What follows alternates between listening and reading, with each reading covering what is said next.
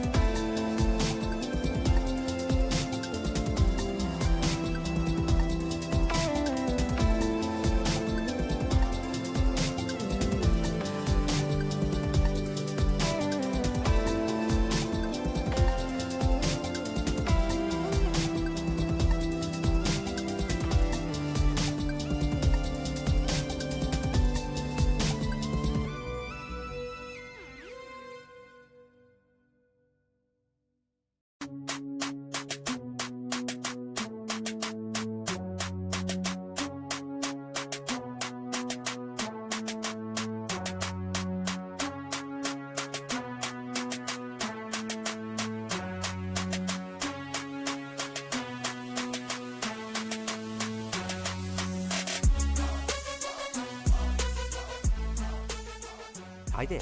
It's your second favorite DP right here, okay? No, that's Deadpool, you silly little Hufflepuff. Anyways, I'm gonna need you to shut up that pretty little mouth of yours and pay attention because the show's about to start, alright? And, I don't know about you, but I know who's my vote for sexiest ex-soldier turned pop culture show host. Alright, enough foreplay. Let's get on with the show.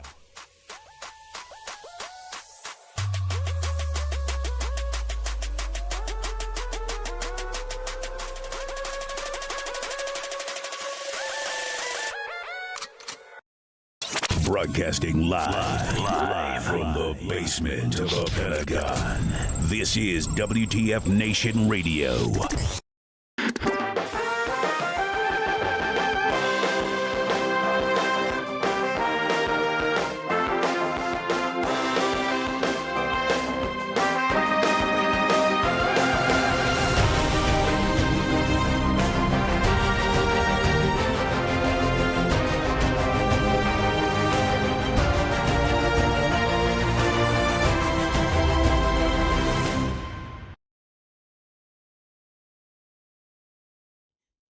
Hey, everybody. Welcome, one and all. Today is September 17th, 2024. This is episode 183 of Pop Culture Warrior. It's the show where I stay up to date on all the ins and outs of what's happening in pop culture, so you don't have to. I am CQ. I am your Pop Culture Warrior. And joining me now is our beloved co-host. He's the man in the bubble. He's the Marine with the mandible. Ladies and gentlemen, give it up for Mad Mike. Woo. Hi, Mad Mike. How you doing, buddy? Hi. Hello, sir. Real quick, big ups. We're on TikTok now, too. How crazy is that? So we're now live on the Facebooks, on the Instagrams, on the Twitters, on the TikToks, on the ticks and talks and the kicks and the cracks and the... Oh, man. Dan Watt. So, hey, buddy, you're not on a rebroadcast. This is live. This is happening right now. Say hi to Dan, Mike. Let's prove Hi, you're real. Dan. I mean, he's AI. He's all AI generated, so it's fine. Yeah. Mad Mike's the worst Like, AI. we have that kind of money. If only that were the case. So hi everybody in TikTok land, as well as Instagram land, as well as Twitter land and Facebook land and All of the internet. YouTube lands and all over the internets. For all those watching live on Grindr and OnlyFans and what's the fucking what's the one where you put like your resumes and stuff up on Indeed.com Indeed. and what's the networking MySpace. one? Live on MySpace. Really going back. We're live on Napster. AOL Messenger. We're live on AOL Messenger. We're We're chat live rooms. everywhere. ASL, baby. Give us that ASL. What's up? Say hi. Let us know you're watching, guys. You know, if you're out there, say hi, man. Thanks, man. Dan. He says, have a great show, guys. We're doing it live. Still doesn't believe it. He's like, We're live on Pornhub. Pornhub, OnlyFans. We're live everywhere. Grindr, We're Feet disappointing Finder. people all across the internet. We are leaving people, riding them hard and putting them away wet everywhere, all over the interwebs. It's good times. Why is my chat not working? The other chat, not that chat. The other chat. This thing is being a dude. Oh, I know why. I forgot to open the little chat body thing. Hang on. There we go. Now that should kick in. Doi me. Sorry guys. I haven't seen. Let's see. Who's out there? Phil. Hey, 700th Phil. episode. Anubis, Keith, Corey, Richie out there. What's up, buddy? Mike can't be AI. AI can't get dumbed down to Marine level. Yes, like Keith, LinkedIn. Thank you. That's what I was trying to remember. LinkedIn. Yes. LinkedIn. Anubis says we're live on LimeWire. You can illegally download us on LimeWire. We're everywhere, baby. Everywhere. Oh man, you guys are awesome. Thanks for tuning in. I should hopefully start to see CQ forgot how to radio. Ha! I got it. It's back. I forgot to open the one little Probably widget that. easier if it was just radio. Yes. Hey, Jenny's in the chats. What's up, Jenny? How you doing on TikTok? People watching us on the TikToks. We're live, baby. We're live. As per usual, CQ Remind forgot. me to take my credit card information off of it. Listen. Okay. All they are listening. All the peoples in China are listening now. in China, I'm one of the greatest podcasters in China. We're gonna be on all the algorithms. It's like the dumbest shit to watch. I'm like Hasselhoff, man. I'm huge in like Austria. I'm huge, bro. You don't know. I'm worldwide, Mr. Worldwide. I was gonna say. So for those that love to make fun of how CQ forgets to do things, when I tell you my setup has like 100 steps, okay? Y'all don't appreciate the level. What's the opposite of efficiency? Fuckery? The level of fuckery that I go through just to go live, because I have to have the graphics here and the little bubbles there and the things doing the swoopy things. And don't believe me? Throw up some emojis in the chats and you'll see them bounce around the screen. You think that shit's easy to do? You think that just falls off of trees? No, man. CQ out here breaking things. All just self-induced. Smith does it in a porta-john with a King does it from a closet. on a cell phone. What's the Iron Man quote? King can do it with a box of scraps in a cave. Yeah. Coach calls in on a landline. He sends up smoke signals. He's communicating. We got homing pigeons. That shit in. Hold on, I got a Western Union from Coach. Keith knows. Keith got a backstage behind the scenes look. It's quite the setup. Thank you, Keith. I appreciate that. Yeah, appreciate y'all. Oh man, y'all are funny. Okay, you got a "that's funny" mic from Jenny. Aw, that's got to be hard. Somebody appreciates my comedy. Somebody. For those in TikTok land, how's the sound? I gotta go back. Loud as shit on mine. Not to I already you. turned you down twice. Stop it. I can be louder. I can Did you clean your fucking earphones? You probably got fucking years worth of earwax on them. Like, it's so low, I can't hear anything. Killing me. Phil says, I'm surprised CQ hasn't been hit by any Windows updates. Bro, let me tell you the shit I have to deal with behind the scenes. Reloaded Windows 11. Hey, look, we got a newbie. Joe says, new here. Jacob recommended the stream. Well, thank you, Joe, for joining us in our silly little nonsense here. And whichever Jacob recommended them, they're like the best Jacob out there. It's my favorite Jacob. The ones that are recommending this. Unless you don't like the show, then fuck them. Yeah, if you don't like the show, then it is what it is. Mike has reverse tendonitis. Everything just gets amplified. Sometimes I think you are. You have very sensitive hearing. You're like a little kitty. Very sensitive hearing. In and out. That's the problem. So for those of you who are new or again TikTok, I know all of y'all are new. For those that are checking us out, basically, this is Pop Culture Warrior. It's the show where we cover all the latest and greatest of what's happening in pop culture.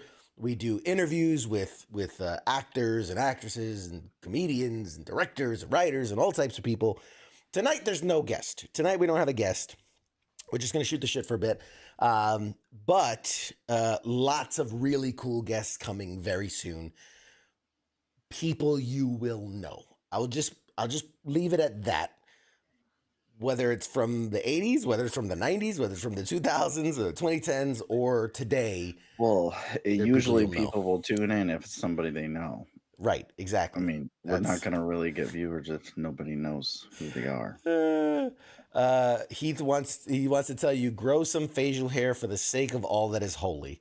That is Mike with facial hair right there. That is, that's like a month's worth of growth for Mike right there. You're looking kind of shaggy, man. You're looking kind of shaggy, buddy.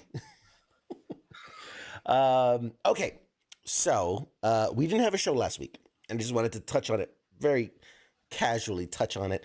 We didn't have a show last week.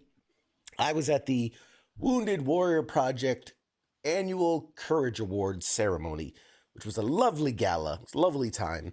Great food, great people, very nice. I got to hang out with RG3 again. He was the host last year, and he hosted again this year, which was really nice of him. He's got nothing else going on. I get, hey man, I'm trying not to, can we not add people to the list already of people who won't be coming on the show? But he's a really nice guy. Military brat, man. Both parents served in the military. So he really understands what it is to have served and to be part of a family that served. And really good guy, man. Really good head on his shoulders. And it's wild. His knees aren't that good. Add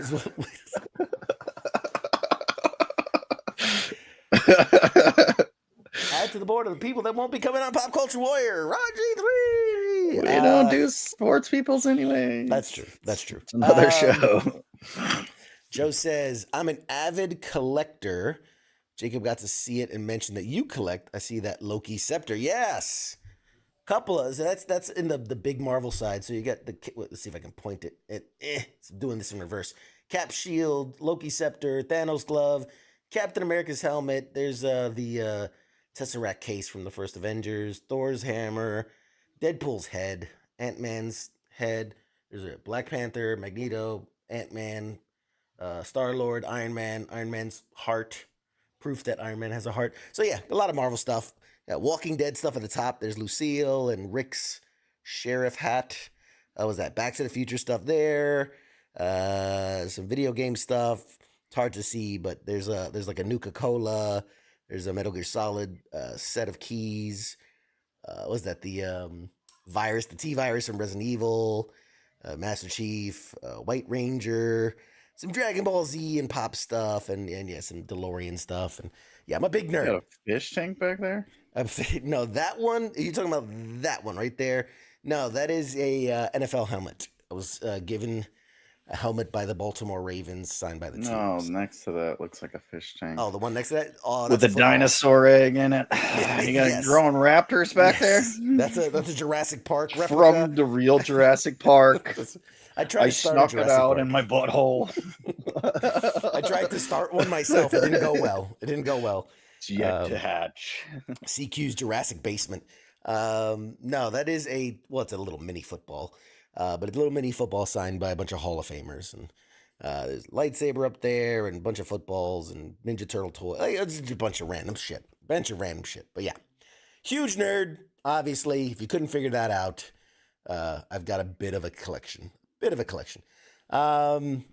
was I talking about? Oh, RG3, really nice guy, very nice guy. And I feel like Trump sneaks out of it. It's just like, he's a great guy.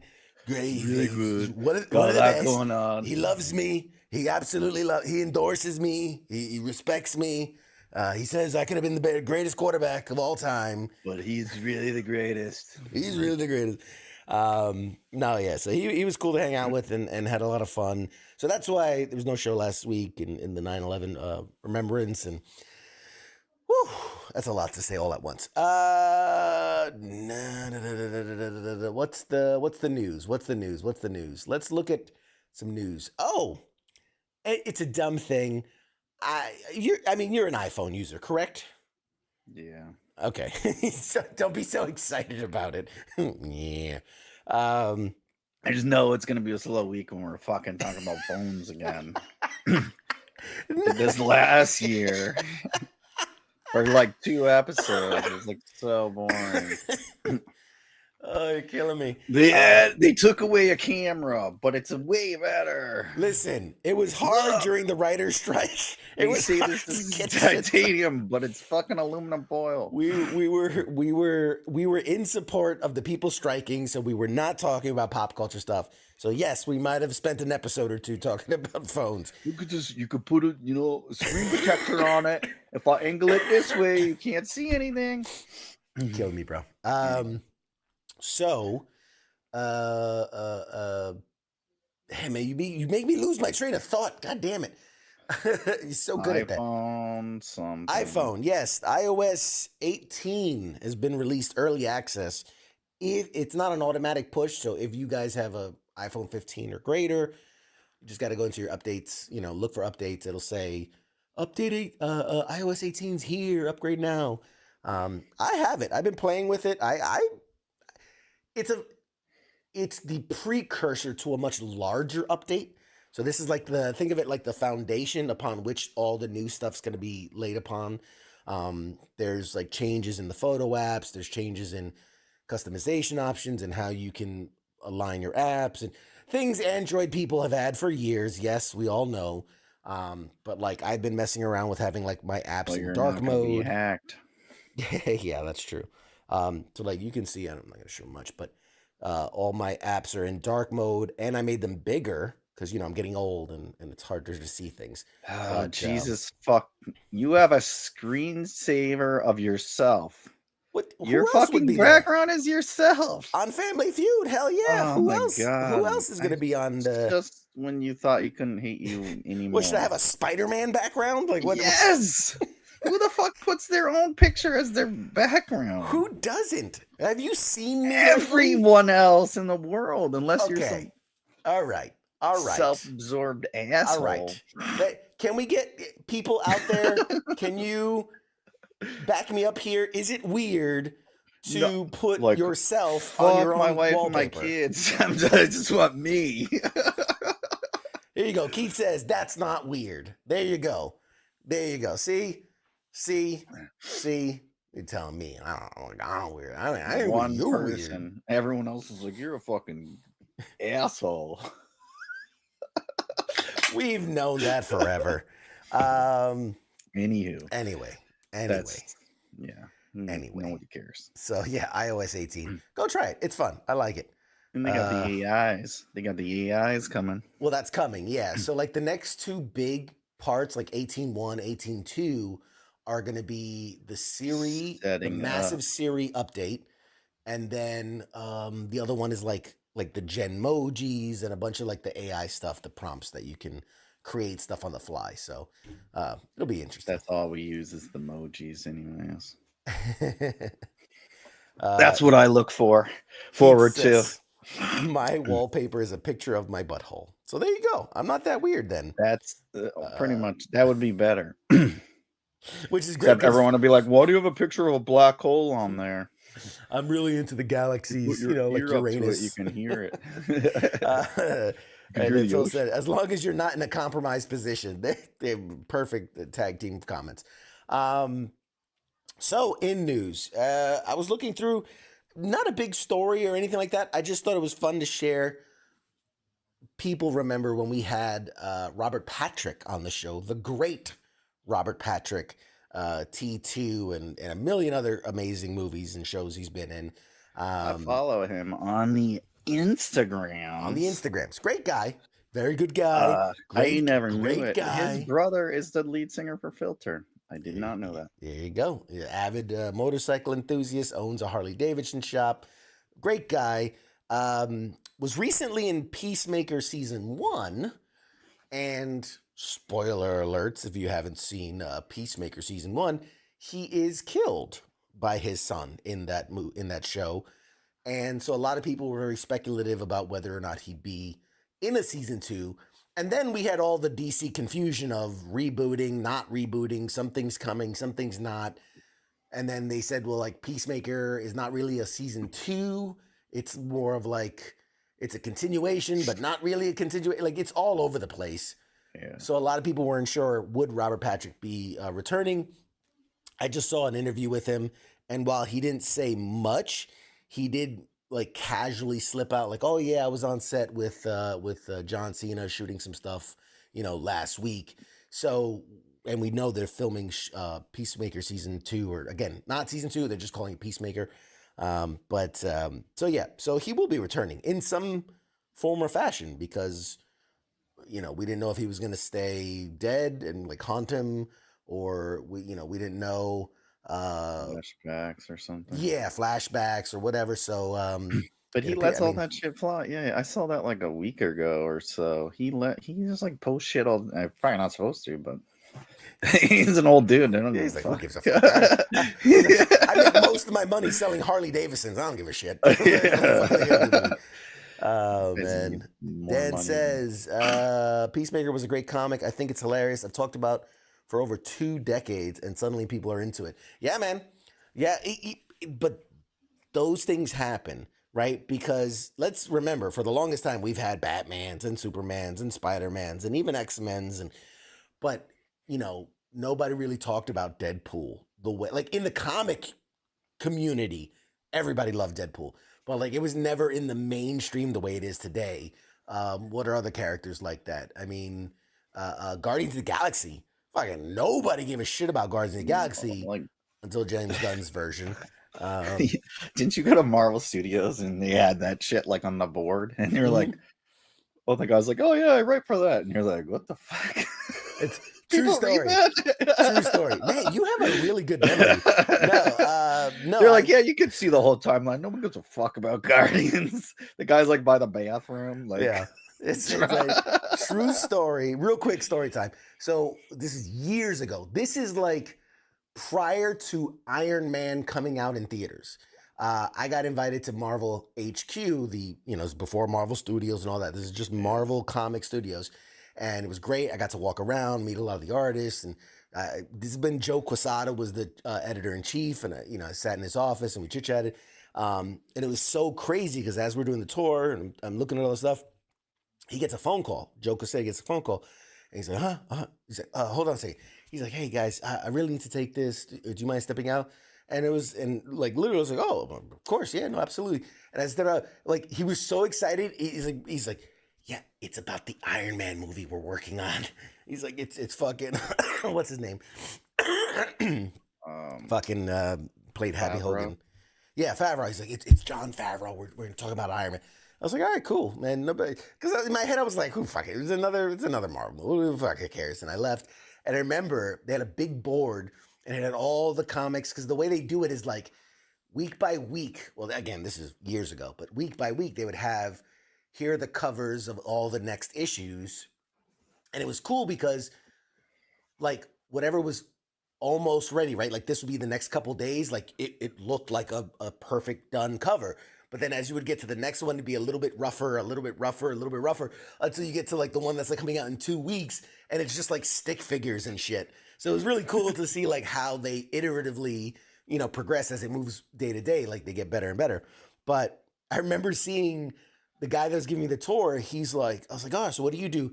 He's like, oh, no, man, I'm one of the like executive guys. We all have kind of our own group of stuff.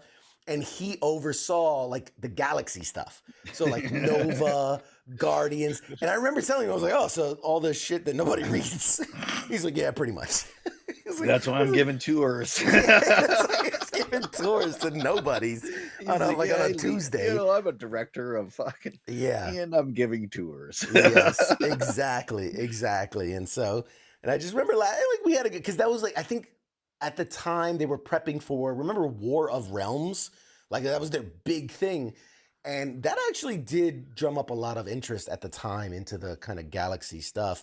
But yeah, it's just so funny how far we've come, because like it was Inhumans, it was Guardians of the Galaxy, it was like all these, like, nobody fucking scrolls, and nobody cared.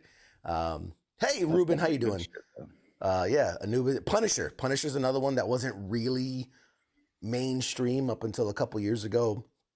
So yeah, that was it's all good. It's all good. I sent you that thing on the did you see that the X-Men thing I sent you? A text. Yes. The guy did comic book. He's just an artist. He does cover art, but he created the bifold cover for the new X-Men of every character ever in the X-Men. He did it for Fantastic Four a couple months ago too. Yeah, it's crazy. I hate those covers though. I mean, it's cool, but like it's like, how do you? There's like thousands. There's thousands, and then not to mention like what version of the character are you doing it? Because like someone like Cyclops has had 42 different uniforms. Wolverine, Emma Frost, all these people. So yeah, those are really like complicated. every character that ever appeared, even like I don't know, some I never heard of, like Pool Boy or something. There's some really great characters out there. I think I've shared this story too, and it's my other funny story that comes out of that tour, which was at one point I was like, hey, where's the bathroom? And they point me to the bathroom. And I remember right next to the bathroom, there's this giant poster. Really, basically what you just described. But it's like, if a person has been on a page in a Marvel comic book, they were in this poster.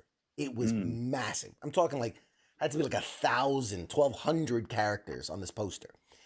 And as I'm coming out of the bathroom, I'm telling him man, I'm a pretty big comic fan and Marvel fan. I'm like, I don't know half these people. He goes, yeah. He goes, we have a whole library so that we can reference shit that we don't know. Like we work here. And then he goes, it's so fun. He goes, once in a while when we run out of ideas, we just come over here and we'll look for some random person that we haven't used, and we'll just come up with a storyline to use them. And I'm like, oh man, that's so good. And it's like, he's like, yeah, you'll see like this guy who's like, it's like a yellow and blue. He goes, I don't know. This is like one of the directors. He's like, I don't know what the fuck that is. Let's go find out. And we went to like the library and started putting out the books. It was a good time. It was a nice guy. Michael Rosenbaum, I think. What's his name? I don't know. I don't remember. Lex Luthor and no, you're thinking that's Lois and Clark. That is Michael Rosenbaum, isn't it? I don't know. Yes, sir. He's a man of many hats. He wears a lot of hats. A lot of hats that guy wears. They should bring back Howard the Duck. Yeah, well, I mean, they kind of did, right? They kind of did in Guardians. They did it a few times. Guardians of the Galaxy. He's in a blink and you'll miss it scene in Avengers Endgame during the major final battle when one of the portals are opening up. He walks out of one of the portals holding like this giant gun, and he's in the background. So he's there. He was at the battle. I mean, whether he survived or not, I don't know. But no, we see him in Guardians 3, so he definitely survived. Oh, man, I feel like I'm talking a mile a minute. All right. Other stories. Apparently, and I haven't seen it myself, but apparently there is a Terminator like anime on Netflix. Yeah, it's on Netflix. Called Terminator Zero. Mm-hmm. It's getting rave reviews. Like it's getting, I keep seeing people talk about it and post about it, saying like that it basically ties all of the franchises together and basically reboots them and into like a whole new timeline. Because basically, again, I'm paraphrasing only because from what I've read, I haven't seen it admittedly, but like they said, there's a way that they explain how like all these timelines that are all the different movies, right? Every movie creates a separate timeline, which is the next movie and the next movie and then a rebooted movie and the requel. And so like they tied it all together and then created another story where they go back further and it's a whole separate thing and it resets the timelines and it's a whole thing. But apparently it's really good. I don't know. Yeah, everyone on Netflix says it's like that's like the bottom of the barrel of like subscription. But there's nothing on Netflix, and if that's the only service you have, whatever they put out that's halfway decent is great. It's like, oh my God, I'm so tired of watching 50 First Dates. Like, this is excellent. First of all, that's a great movie. I watched that 50 first times. No, it's like that. You have like when your number one shows are like subtitled, it's like there's nothing to watch on your fucking subscription. No, it's true. That's like if you only watch Peacock, you're like, holy fuck. You got some there's great other stuff, shows. Peacock's all about it. The other thing that is always funny to me is when they go top 10 shows, and I'm like, based on what? Based on who? That's their algorithm. That's what they want you to watch. Yeah, these are the shows we need you to watch. Spend the most money on these shows. Yeah, we need a return on investment on these 10 shows. And I'm gonna have to get a cough drop. Jesus. But yeah, I haven't coughed all day. And they're probably they probably are putting $50 million in another Terminator movie that'll be on Netflix, starring Adam Sandler. Kevin James. AI generated Chris Farley. No. Hit his brother. I don't know. Have you seen this trend too? I'm seeing a lot of really popular IPs, intellectual property, that get the anime treatment, right? Yeah. We've seen it with like Rick and Morty. We've seen it with Terminator. We've seen it. Transformers. Transformers. Like He-Man. there's a bunch of them that are getting this like these anime versions, and I don't know if it's a testament to that there's a bigger anime fan base now, right? With the advent of Dragon Ball Z is old school, but One Punch and It's just Netflix, though. Like, they're just trying to tap. It is a big market. I mean, people. I don't know. Anime is. I'm not into huge. anime. I've never have been. I hate it. I can't get into it. It's just stupid to me. I don't know. Just like not everyone's into gay porn, but whatever. To each their own. Yeah, But it's a huge market. I mean, we go to the cons and stuff. It's like everywhere. People buy it. So I don't know if you're in anime. Do you like this shit? Do you like it when they take regular good stuff and turn it anime, or is it stupid? Yeah, I think it's stupid. But, I mean, I remember like X-Men had an anime. Batman had an anime. Like they just started like anything they could think of. Dan says it's very hard to make good movies these days. Every department is just lacking real talent and conviction. Yes, and also I think the biggest thing is companies and organizations, all these are getting very risk adverse, and they go, well, am I going to spend 1 million on this unheard, untested, unknown property, or do I invest 5 million into something that did okay as a part one? You know what I mean? And it's like,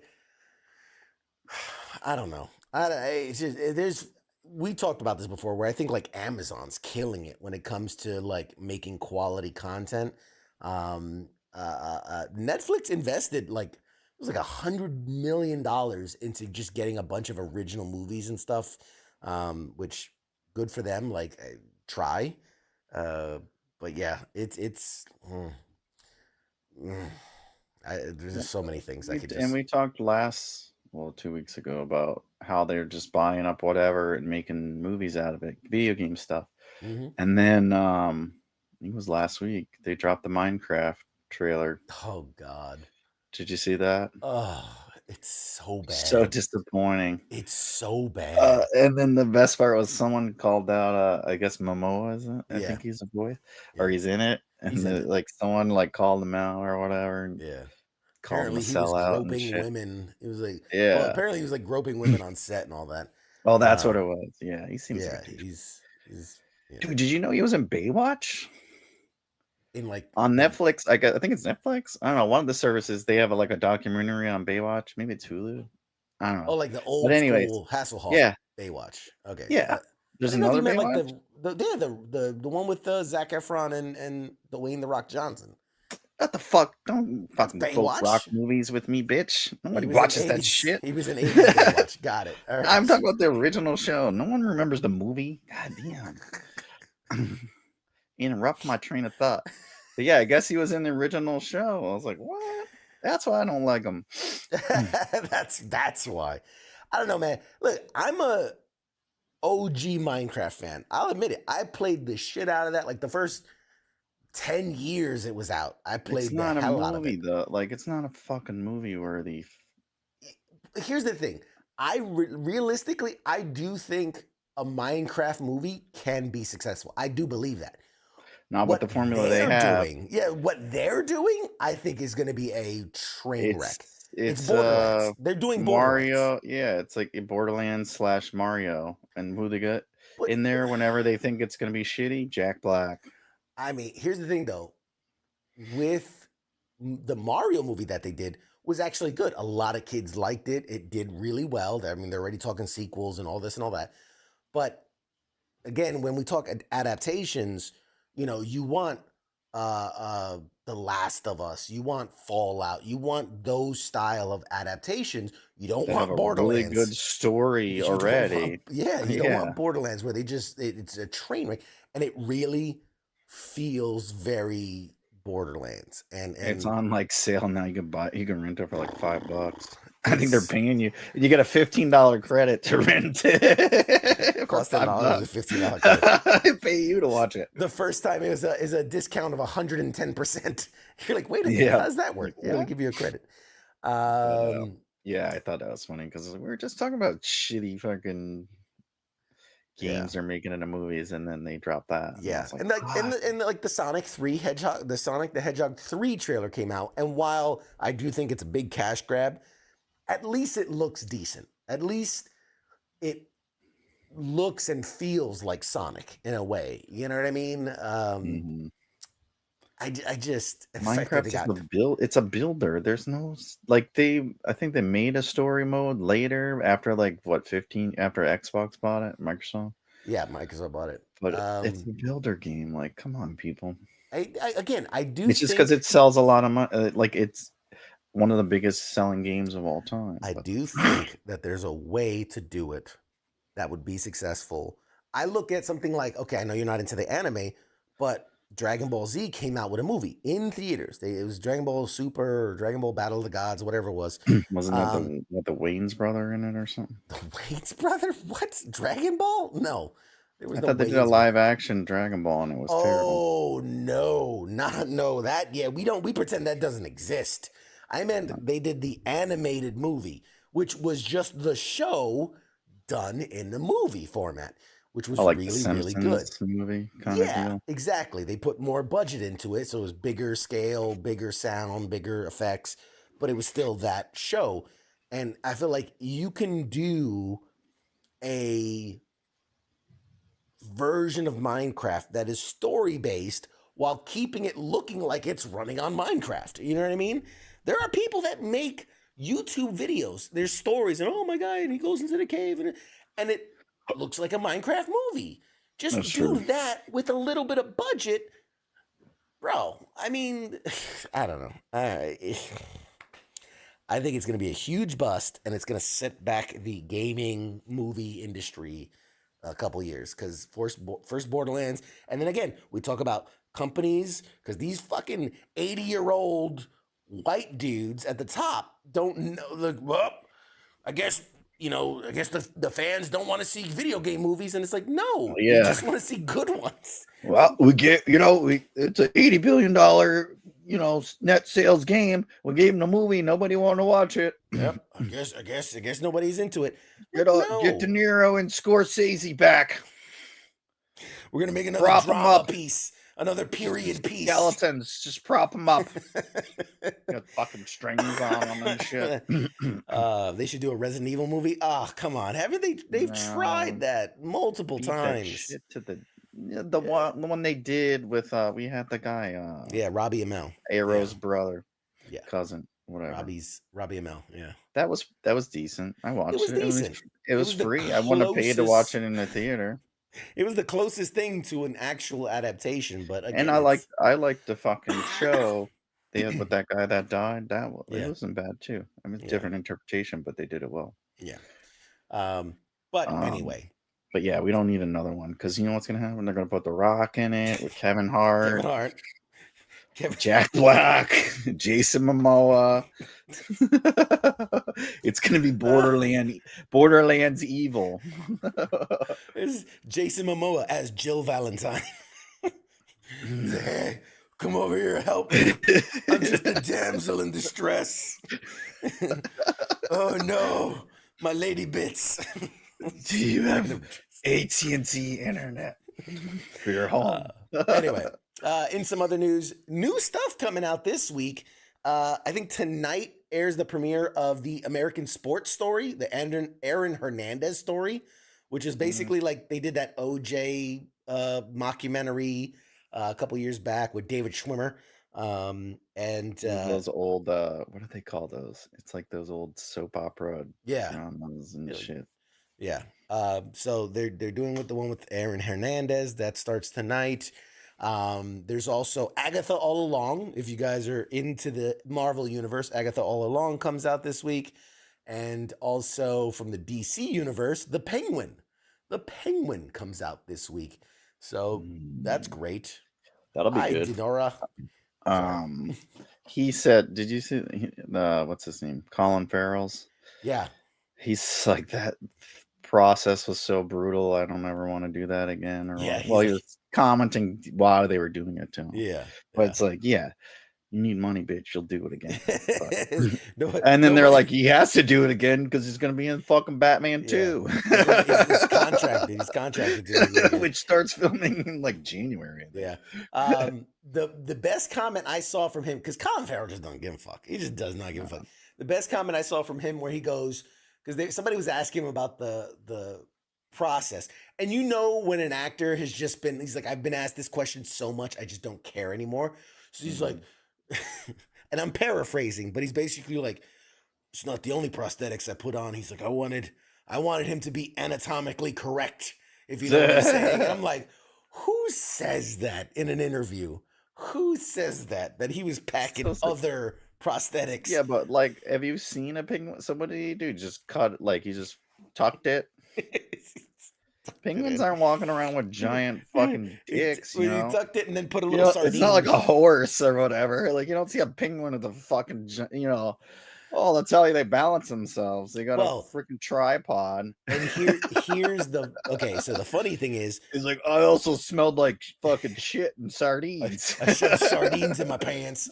No, well, not for nothing, but I will say there's a Hollywood rumor about Mr. Colin Farrell, and that he's packing himself a rocket launcher, if you know what I'm saying. I doubt it. He's like, it'd be Irish hilarious. Scottish, so. I'd be hilarious if he's like, I'm gonna tape that thing down, and I'm just gonna put a little sardine in there, and he's got a flipper. He's got a flip. What is he? Got a flapper? I don't know what they call it. Oh God. On that too, that show. Well, I'm looking forward to that. I like that. What's his name? It's not Matt Reeves, but whatever. The guy that wrote it, he does pretty good shit too. But his whole shit, he's doing good, I think. But he confirmed, Matt Reeves confirmed, I think it was today. They're definitely doing the 2 more movies, trilogy. He wants to do the Batman. Yep, he wants to do a Batman trilogy. Basically sticking it to James Gunn, which I think his will be a lot better. I mean, I like it where they're going so far. It's slow and stuff, but I think it's different. It's a bit broody. Which, okay, Batman's kind of a broody character. His family got killed. I mean, yeah, he's a billionaire, but whatever. You don't want to rub it in people's faces. So many things I could say. What else do you do when you have billions of dollars and your parents get murdered? Just learn martial arts. And take you put on a skin tight latex and you go kick some ass. Just build yourself a rocket car. Build a rocket car. Nipples on there. Some nipples. I want a jet, but with wheels. Like what? Yeah, a jet with wheels. Just make a jet. You want it to fly? You want landing gear? No, I don't ever want it to fly. Like no, you take a jet and you just take the wings off. Boom, Bat car. Yeah, all right, maybe do that. Like, sir, this is Pep Boys. We can barely balance a tire, let alone work on a turbine engine. This is the auto zone. Machine guns in there. Like, what the fuck? We can change your oil. I don't know if we're jet fuel oil, but whatever. Anyways, no, I think like in version. I want to go out a little. Think like Batman 3. He's gonna be like battery powered Batmobile. It's gonna be like. No, that weird EV sound. As it's coming around, you're like, "What's that sound?" Like, my eardrums. It's the Batmobile. It's the Batman. My ears are bleeding. Oh shit! I already went 90 miles. Hold on, I gotta charge this bad boy up. Let's continue this chase later. Alfred, bring the bat generator. I need a jump. Use my bat AAA card. Oh man. I knew putting solar panels in wouldn't help us since I only were driving at nighttime. Solar panels were a bad idea. Who approved this? Damn it, Lucius. No, I was one of the people. I wasn't like a poo-pooer of the Batman. I thought it had a lot of really good elements, and my thing, and this is something I'm on the fence. Okay, so bear with me, go with me here.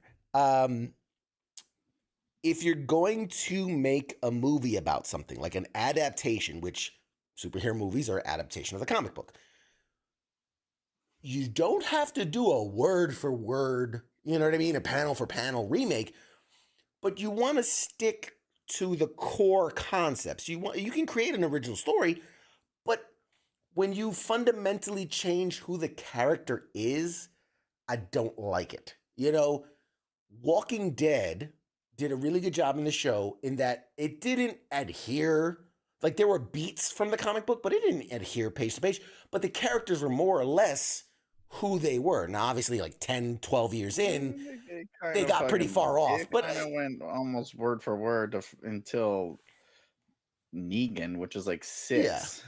but hey, besides the point. But my thing is like, so like The Last of Us did it well. Fallout's a completely original story while still keeping the core concepts in place. What do you think they changed? I don't understand what you think they changed. He's a detective. In the comic book, he's a detective to start. The movies made him a big brute. In the world, and Matt Reeves himself said it. He goes, this world is going to be grounded and realistic. So you're not going to see things like Clayface. You're not going to see things like Mr. Freeze because those aren't. Now, you can get a Joker, right? You can get a psychotic killer and all that. You can get a Riddler. You can get these guys. But to me, you're stripping away some of the fantastical elements of who the Batman is. He's not going to get a Boy Wonder. He's not going to get a Robin. You see, dude can barely manage the relationship with Alfred in that damn show. But that's not necessarily a bad. You're talking about stuff that they added, after they've been doing the comic for 10, 15 years just to get people. I think comics, they produce, weekly, monthly, so they have to do whatever to get people to buy them. Sure. So like, let's add a little boy, which is like, it's fucking weird to begin with. In panties. Let's add a little boy in panties. In panties. Like, I mean, with a little like, cake. like some of those things, none of those things are what people like. They like the gritty characters, Joker, Riddler. I never liked the Penguin. Nobody liked Penguin. I mean, yeah, so I don't know. I don't know. I mean, you could do Freeze. I mean, but would you want to? I don't know. Arnold kind of killed it forever. Poison Ivy. I never liked Poison Ivy either. You'd have to do a lot more. Like I think you could do a Scarecrow, and I think the way that Christopher Nolan did the way Chris Nolan did it was a good version of it, right? You do Ra's al Ghul. You do Ra's al Ghul. He's got a lot of good villains. Bane. And I think that's my point. That if you're gonna do that, there are really good characters that you can bring in that okay. My point is, if he wants to do certain characters, he'll have to take them very far from who we know them to be. Like the Penguin. In that, like, you can't say that Penguin, again, not that there's anything wrong with his portrayal of it, but it is unlike anything that's ever been done, whether it's animated, comic book, movie, anything. And it's kind of like Tony Soprano. Yeah. And that, I get what you're talking about there, because it's like, you might as well call him something else. Yes.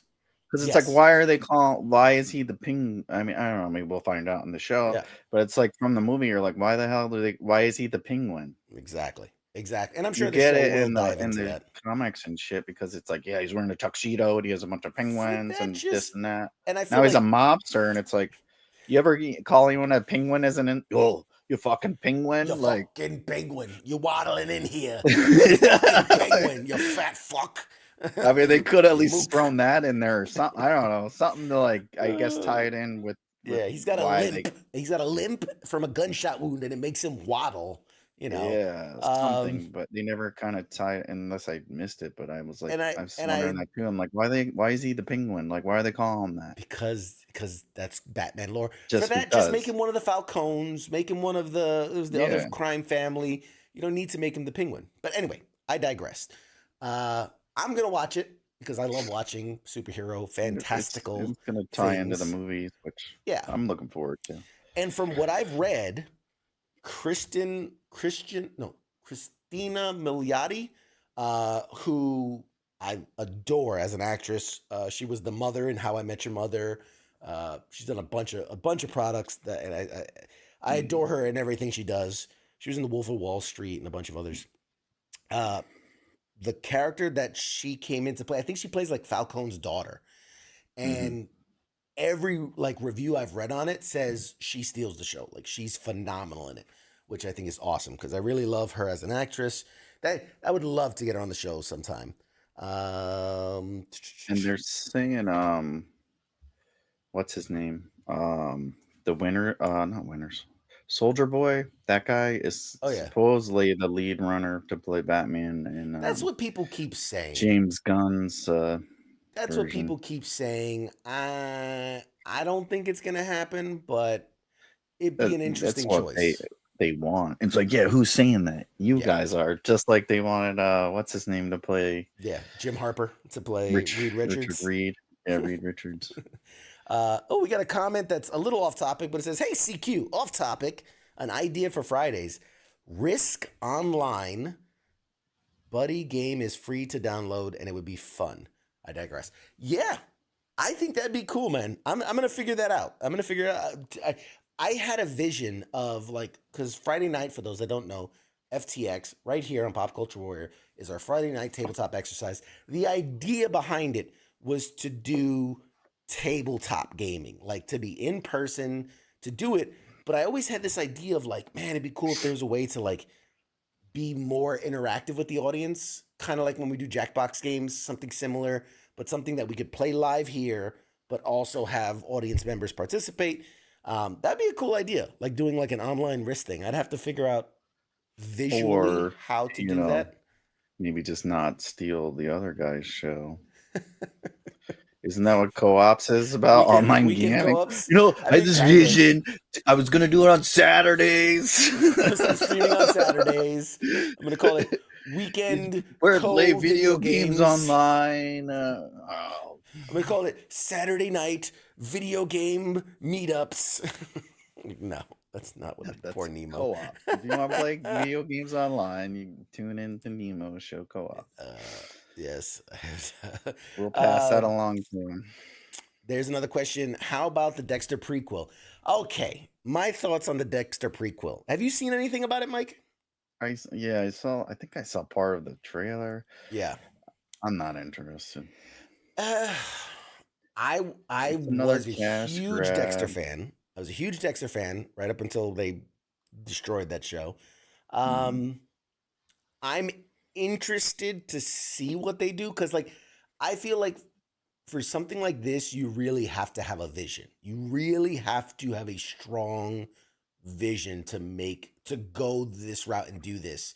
I liken it to when coming off of Big Bang Theory, they did the Sheldon show. A Yeah. lot of people were like, "Why? Why?" Yeah. Like, but they had something. They had an idea. They had a good vision, and it ran really well. More often than not, I think it's not a good idea, and I don't think people like it.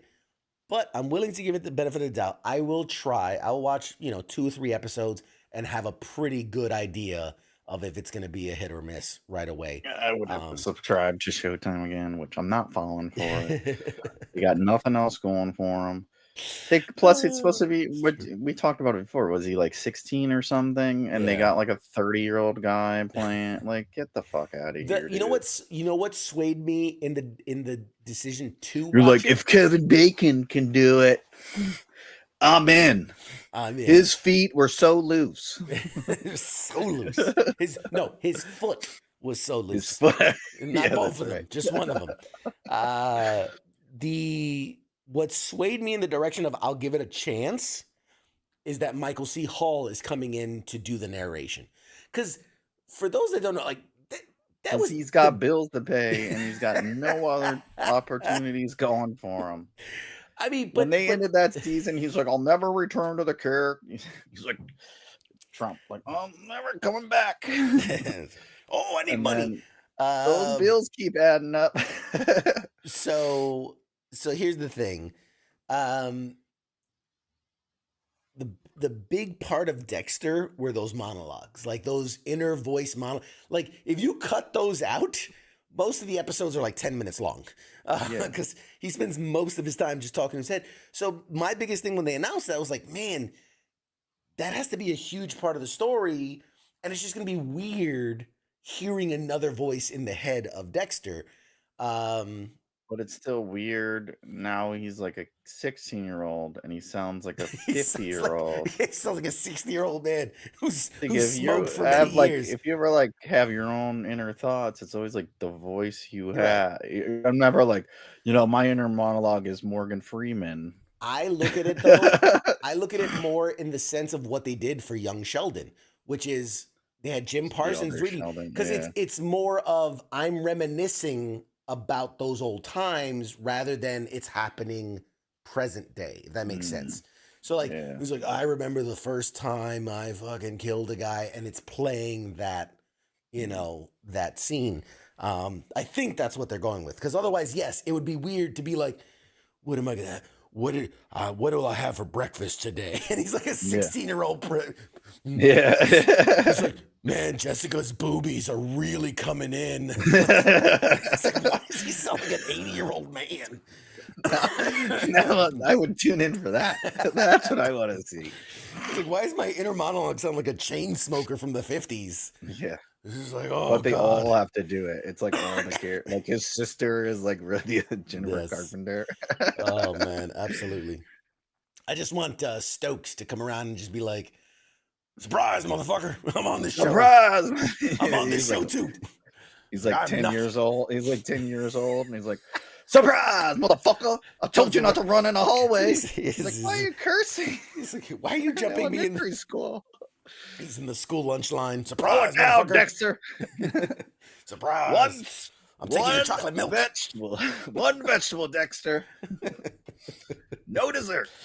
Wouldn't they be like closer to the same age though? I would imagine they got to be close to the same age. Yeah. So maybe he's like a senior and Dexter's like a junior, and he's it's like, surprise! I'm taking your lunch money, bitch. Dexter's Oh, inner money, I got free lunch. My dad's a cop. He's a beat cop. Phil. That's awesome. Dexter's inner monologue is going to get a visit from Chris Hansen. Yeah. Come in here for a second. Come in here for a second. Sit down. Dexter Morgan, did you think it was a good idea? Anyway, I was just here to drop off your Amazon package. I was just here to murder him. I swear, I wasn't going to touch the little girl. I was just going to murder her. Oh, God, you got the wrong idea. Anyway, my God, I've lost the train of thought. So, Flashes in my window, and I'm like, what is going on? It's lightning. I had a thought. This was totally random. I wasn't even going to bring it up. I'm just going to share it though. Thinking. It's just me thinking. We know in the Marvel universe, right? They're having all these, Secret Wars is coming and Doomsday and all this and all that. The rumors are running rampant. Like Halle Berry's coming back as Storm, and this person is doing this, and Nick Cage is coming back as whatever, and like all these rumors. This is not a rumor that I saw, but I had this thought. For those that know comics, you know who the Maker is, right? He's a newer creation. I think he's only the last like 10 years or so, but it's a Reed Richards. It's the Reed Richards from the Ultimate Universe who things went badly for, and instead of becoming, Fantastic Four Reed Richards, he basically becomes a villain called the Maker. He wears a helmet. It's a whole thing. Mm-hmm. I thought everyone knows evil equals helmet. Yeah, you got to wear a helmet if you're evil. But I thought, what a crazy cool thing to do is if in like the Fantastic Four movie, right? We know they're going to do some type of dimension hopping, right? Because they're not in the MCU, but they're going to somehow come to the MCU. Whether you could do it in that movie or you do it in the Secret Wars movie or somewhere. but have fucking what's his name playing Mr. Fantastic? Pedro Pascal. Have Pedro Pascal as Mr. Fantastic, right? And he comes face to face with a dude, right, with the helmet on, and you're like, oh shit, you know that's the Maker. And when he removes the helmet, instead of seeing like a Pedro Pascal version, you see fucking Miles Teller from that horrible, horrible Fantastic Four movie. But like that would be such, I think, an awesome payback for like saying that movie was so shit that in his universe he becomes evil and then becomes the Maker. Like that would be such a fun, cool. Like to me, that's better than bringing back fucking The other guy Elektra from the in Deadpool. Like that's way cooler. That would be cool, yeah. And he More would do fun it. He than- got nothing going on. I don't know. Yeah, and I think Miles he's, Teller is a he's, phenomenally he's good about actor. to be a guest on our show at this point in his career. All right, welcome to the show, Miles Teller, everybody. Got nothing going on. You know him from Fantastic Four and that one movie where he was a drummer. It was the greatest Fantastic Four movie ever made. Fantastic Four. Loved it. There, as Nemo says, Miles Teller is a good enough actor to pull it off. I agree. Mhm. I absolutely But agree. It wouldn't happen. If anything, they would get what's his name? Michael B. Jordan to do it instead, you know. Michael B. Jordan wasn't Reed Richards. Gotta He be was Johnny inclusive. Storm. I know what character he played. They'll get The Rock. It and doesn't Kevin matter Hart. when you're a CEO of a major motion picture company. The You can do helmet whatever the comes fuck you off. want. The helmet comes off, and it's Jack Black as Yeah. the Maker. That's exactly what it'll be. And then he'll do a little song. I'm the Maker. Yeah. And they'll win a Grammy or whatever the fuck. Oh man. So let's see. But Yeah, I don't know why. They just gave him a great idea, and now they're gonna, what they'll do is if the movies all bomb or whatever, then they'll run with your idea. Like, oh, don't worry, guys, that was just the Maker. Yeah, we're yeah. gonna reevaluate everything. We got this. But actually, speaking of, we were talking about Batman. I saw a story in the news that just, while it's great and heartwarming, I just also think it's like, really? So Batman is getting a star on the Walk of Fame in Los Angeles. So here's the story. For Why those that is don't know. that still a thing, though? I don't know. And how do they still have so much space? Well, because here's the thing people don't know. You have to pay a yearly due. And if you stop paying, they'll take your star off. And so that's how they make over it. Yeah, they don't pay over it. They rip it out. They rip it out and then put in a new one. So on Monday, What do the they do with Hollywood all the hobos that are there, they just clear them out. Like, excuse me, guys, can you stop actively defecating on that star? We need to remove it. we got to remove it. They didn't pay the Pinch it dues. off. Scoot one down. We've got to remove But what it. if you're dead? How do you pay your dues? The family? Like the fucking families. John Wayne's family's still paying them dues? Yeah, man. Yeah. What a Well, bunch of assholes. some people will pay for like a lifetime. You know what I mean? Like there's like like a life. Oh, we'll give you a lifetime subscription for $500. And they're basically like, exactly. You back pay then they're monthly like, for got $10. 'em. So it says on Monday, the Hollywood Chamber of Commerce announced that Batman, not a specific actor, not a specific creator, the Batman will receive a star on the Hollywood Walk of Fame on Thursday, September 26th, making the DC Comics character the first superhero to ever receive the honor. This will be, to your question, the 2,790th star on the Hollywood Walk of Fame. 2,790th. It will be dedicated next to the stars of television's Batman, Adam West, and The Dark Knight's co-creator, Bob Kane. So the star will be right next to those. Jim Lee, who's currently DC's president, publisher, and chief creative officer, and Ann DePies, who's DC's senior vice president and general manager, will attend the Batman Hollywood Walk of Fame ceremony. But that's who's paying for it is DC. I mean, well, yeah, DC's absolutely paying That's what for it. I'm like, who's paying for this shit? Oh, DC, 100% DC. The Capes Crusader himself will also appear in costume to accept his star in the category of motion pictures, plus the Guinness World Records title for the first superhero with a star on the Hollywood Walk of Fame in a special presentation. Batman was entered into the Guinness World Records book in recognition of having the longest running comic book, which is Detective Comics, continuously published since 1938.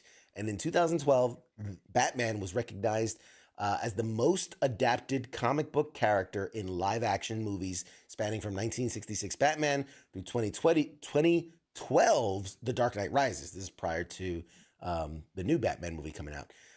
Guinness also recognized Batman for having the most Oscar winners to play one superhero, with George Clooney, Christian Bale, Ben Affleck, and I think that's it, and having the most video game adaptations of a superhero movie.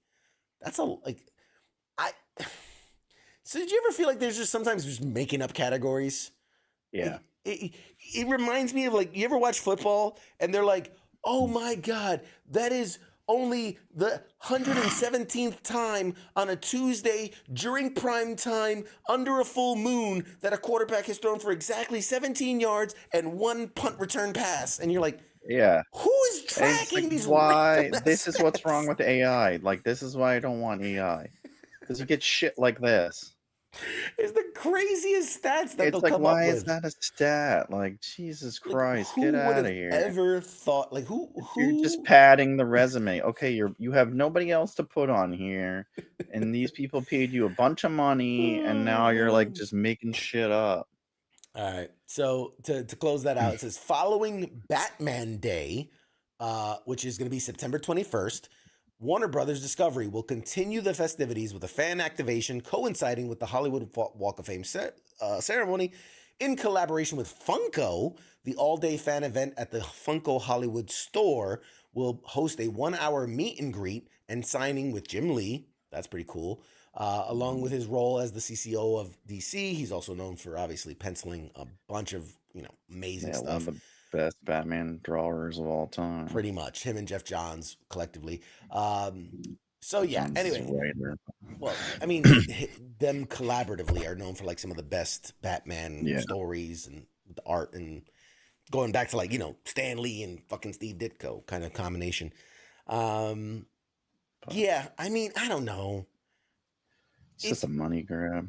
It doesn't matter. And why is that still a thing? Yeah, like, it has no relevance, and they're like, oh, this person got a star, and it's like, who the F cares? It lost its luster to me when I found out, like, how, like, you get it. How you get it is you or your estate or whatever has to pay, first of all, a shit ton to make it happen. Then you're required to basically pay for the ceremony. Then you're required to get all those celebrities to come out and, like, speak on your behalf. Like, you have to get them yourself. Jesus. And then you have to pay for, like, the membership or whatever. It's like throwing yourself, like, in your own awards party. Yeah, like, oh, come tell me how great I am. This is... I can have. By the way, come by next week, Tuesday. Live getting a star on the Hollywood Walk of Fame. You joke, but I could. I'm sure you're gonna Google it right after, or you did it before the show. Yeah, I Googled this shit a long time ago. They were refinancing the house. I'm getting a star. Please speak on my behalf. I sold the house. To get, we're gonna be living on our star. Let's put a little curtain. We're gonna live on our star. There are certain criteria you have to meet. Obviously, if we're being serious, I don't meet certain ones. But it's surprising. Never been in a movie, a film, or a First of all, I have credits on IMDb, so fuck you. But it is what is surprising is how many categories, like, I qualify for. Like, the required, like, barring, yes, you need an absorbent amount of money. Barring that, it's surprising how close I qualified to get a star on the Hollywood Walk of Fame. It's really close. It's Like 3 really close. Patreon subscribers away. Yeah, like get those numbers up, people. Can we get some of them subscription numbers up? Hit the like, hit the subscribe. I'm trying to get a star on the Hollywood Walk of Fame. It's such a waste, though. Yeah, but anyway, I digress. It's just so sad, so sad. It is. And then you have to pay. Like, I didn't know you had to pay for it. I thought it was like a thing they did, because it's people go there to see it. So I just thought it, like, the business, it attracted people there, but yeah. lame. Anyway, you remember we used to play Dead by Daylight a lot. Believe it or not, it's still going strong as a game, Mhm. and the world of Dead by Daylight is ever expanding. Like, they just released a new video game that is not made by the same publishers, but it's made think of it as within the world of Dead by Daylight. It is kind of like an action survival game, where, remember, like the Telltale games where, like, your choices matter and who survives and who doesn't. It's like that, set in the Dead by Daylight universe. It's basically licensed out to another company to make a game. Reason I'm bringing it up is there was another spin-off game that was announced at the time. It was under the project. It was called Project T. But the idea was kind of a run and gun shooter set in the Dead by Daylight universe. It was going to be made by there was a company. It was very famous. Behavior Interactive, who owns Dead by Daylight, that's their parent company. They bought out this studio and were like, all right, we bought you. You're now going to make that game. Reason I'm bringing it up, the game's been canceled. So here's the story. Behavior Interactive announced this week that the project, known only as Project T, would be canceled. It was announced earlier this year. The game was set within the world of Dead by Daylight. It was meant to be a PvE shooter. Remember Left 4 Dead? That shooter, where it was like, it was very much you're in a team and it's you against the world. That was the kind of the backdrop. That was kind of the style of the game. It was a shooter developed by Midwinter Entertainment, the studios behind Scavengers, which was acquired by Behavior Interactive years ago. Project T was playable during a play test recently, but based on what Behavior said about the game, it seems it failed to generate enough interest to make the spinoff one worth pursuing. So Project T was accessible via Steam and through Behavior's relatively new Insider program, which also launched this year. So while the game was set within the Dead by Daylight universe, the 4-player PvE nature of the game, you would shoot, you would drive, you would explore your way through these huge playable missions. A lot of people were saying it drew comparisons to Left 4 Dead. Not much was said about the game publicly after a playtest was held back in August. Obviously, there's probably a lot of NDAs signed and things people couldn't talk about it, whatever.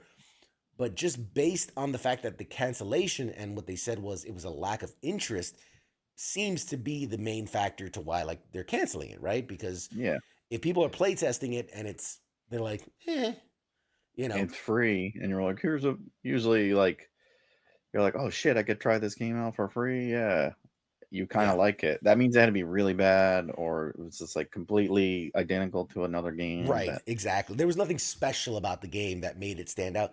But at least they didn't carry on with it like Cyberpunk. See, and that was going to be my next point. I'm torn because partly, yes, you go, hey man, good for you, pull the plug early, fucking live to fight another day. But on the same side of it, from what I'm hearing, is it wasn't even an alpha version of the game. Like, it was so, like, it was like textures and polygons and shit. You know what I mean? Like, it's very, how do you get a feel for really get a feel for a game if you're like, my triangle is going across that square and that circle keeps hitting me? Like, it's hard to get that. That doesn't make any sense then. Yeah, how do you can't, it's all about the skins. Yeah. I mean, that's what Call of Duty and Fortnite, all those games, it's just the same game. It's just skins. Yeah. So and that's what would make the game. Like you said, it's like, it's like playing Minecraft without any of the color, or the faces drawn on it. You're like, what the fuck? It's just like you said, polygons and shit. Yeah. No, you're That's right. dumb. Skins, the set pieces, the set dressing, that's all vital to, especially a game where you're setting it in the Dead by Daylight universe. That's a very, it's mood, it's like you have to Yeah, set the scene. And if, like, I saw some dark and pictures the where it was like backdrop. all gray, like the whole, like everything was gray, like, because they're like, we didn't even skin it, we didn't texture it at all. And I'm like, how do you get a feel of a game that early? Yeah, it's like everyone's gonna hate it. Like the guy designing it probably fucking hates. Like, Like, why are we running through this right now? It's not yeah. anywhere near Listen, ready. there was a lack of interest. Yeah, they were playing gray blobs versus gray blobs. Like, of Yeah, course, there was a lack of interest in it. Like, nobody knows what it that's is. like if I draw a comic book and I just have like the outline of everything, and I don't even have every page. None of the word Yeah. bubbles are filled in. Like, what do you think of this? Worse than that, every character looks. Remember Baymax from that fucking? Every character is just this bubble. Like, it looks like the Michelin Yeah. Man. It's like, yeah, I'll add the detail later. It's like, no, it looks Like, terrible. what?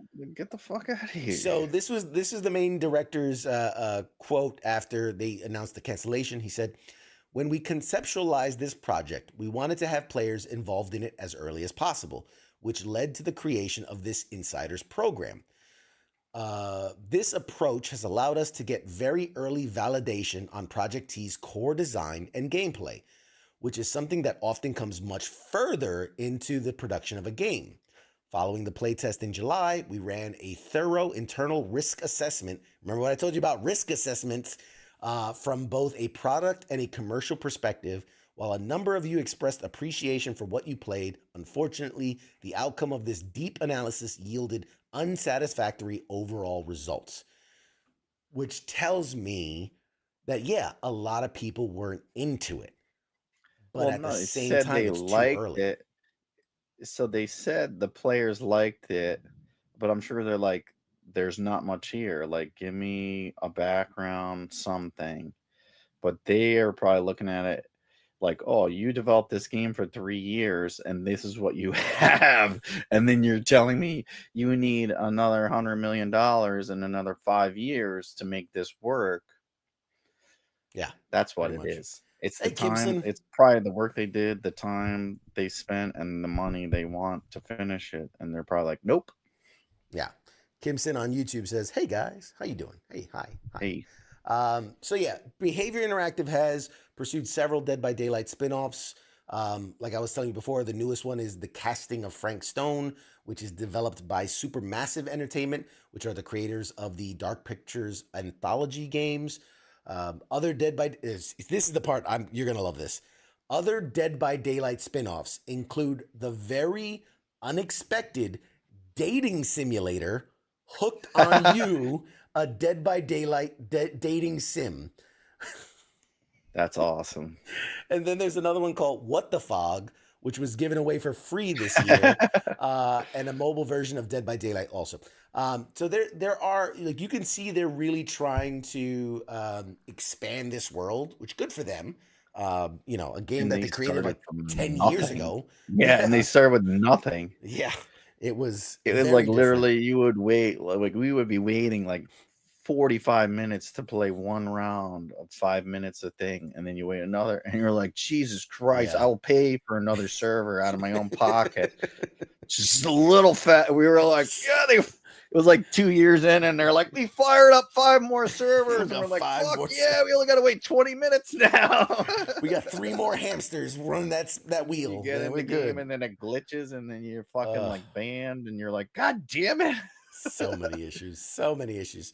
Oh, But good yeah, memories though. now they have spinoffs. Scott has a good point here. Maybe they saw Concord, saw how bad it was received, and canceled it before putting any more money into it. Again, that's what worries me. Is how many times have we seen in an industry, whether it's TV, movies, games, whatever, the overcorrection, where they go, oh my God, look at, Cyberpunk, look at Concord. We better pull the plug. Like the guy comes, I've got an idea for a game. He's like, all right, run with it. And then like the next day he's like, you know what? Nope. I don't like where this is going. Cancel it. You're like, Jesus, I haven't even put pen to paper yet. How are you going to cancel the game? Well, you could stick to your guns like fucking Rockstar. Yeah, and just to take for. But that's the thing too. Like 50 years. they, We're not backing down off this one, baby. What do you I mean? Just cancel everything else. Cancel it all. It's crazy to Like, think that what? 11 years ago is when GTA 5 came out, which is crazy to think.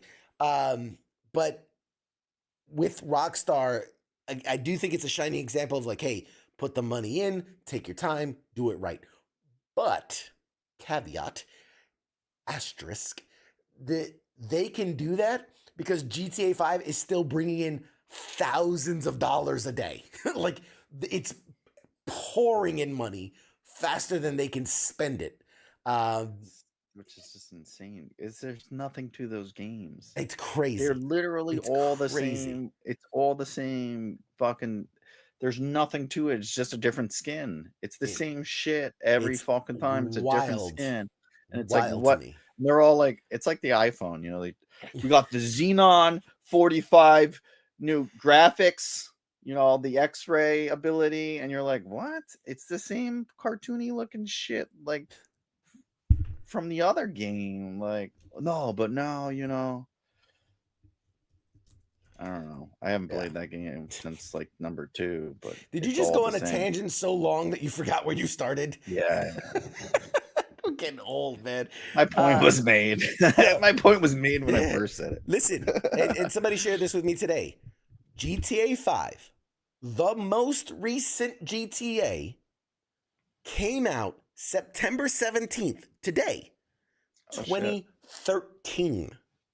11 years ago today. And it's good for pouring them. in money. Like, and that's the thing too. Like, Call of Duty comes out with a new game every 3 weeks. And they're spending billions of dollars. It's like you could just have Call of Duty 2 and you probably would still be making a fuck ton of money. Just keep having Snoop Dogs and, you know, shits. All you need is skins, baby. Fortnite doesn't have a new iteration. It's just skins. I'm telling you, man, that I don't know. It scares me that if GTA 5 lasted 11, dude, our grandkids are going to be playing GTA 6 still. Like, it's going to come out next year, and our grandkids will be playing They're it. not even going to make another game. They're just going to leave. They're just going to be like, we're working on it. This is exactly what's going to happen. Is that the way we look at, like, Facebook, right? Like, or our kids look at Facebook, like it's always existed. They're going to look at GTA 6. Like, there is no GTA 5. There's no GTA 7. Just GTA 6 is this thing that exists for all time. And they will just play it. It's going to be like Roblox for the next generation, you know? Minecraft. You know, where it just exists and you just play. There is no purpose. There is no start. There's no finish. You just live. You just live. It's gonna be the remember when Meta was like, you're all gonna live in the fucking metaverse and shop and work in the metaverse. Like, that's gonna be GTA 6. It's like people are gonna have jobs where they clock in on GTA 6 on the servers. And like, I gotta double shift at the fucking Java Bean and clock in, making your fucking frappuccinos and shit. Oh man. Oh god, it's gonna be crazy. It costs you $12,000. Phil says Rockstar has a timeline like Marvel, 20 games and 30 DLCs. I mean, yeah, pretty much. Yeah, pretty much. Oh man, people that's play crazy. it. You know, Jim says tomorrow's National Cheeseburger Day. Just a heads up. Oh, thank you. Good to know. When did that become a fucking thing, man? I don't know. Like, careful, you're starting to sound like an old man. You're starting to sound like a grumpy old man. Every day is national. It's like, okay, who's sponsoring these? When can it just be National Day? Tomorrow's just National Day. No, because it's a Tuesday. It's a Wednesday. Yeah, it's consumerism at its finest. It's like capitalist, baby. Capitalist agenda. Fucking little kids in Iraq aren't like, today's National Hot Dog Day.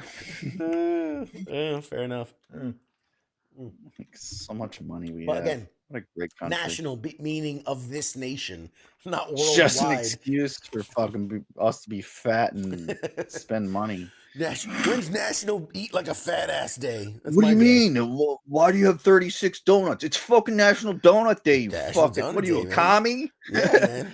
You Go back support to the Reds? Russia.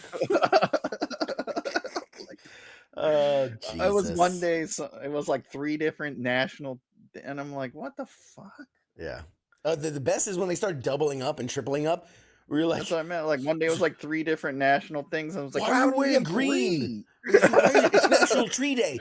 No, it's fucking National Punch Your Best Friend in the Face Day. Like, what? All right, whatever. Fuck it, man. So stupid. Ride with it.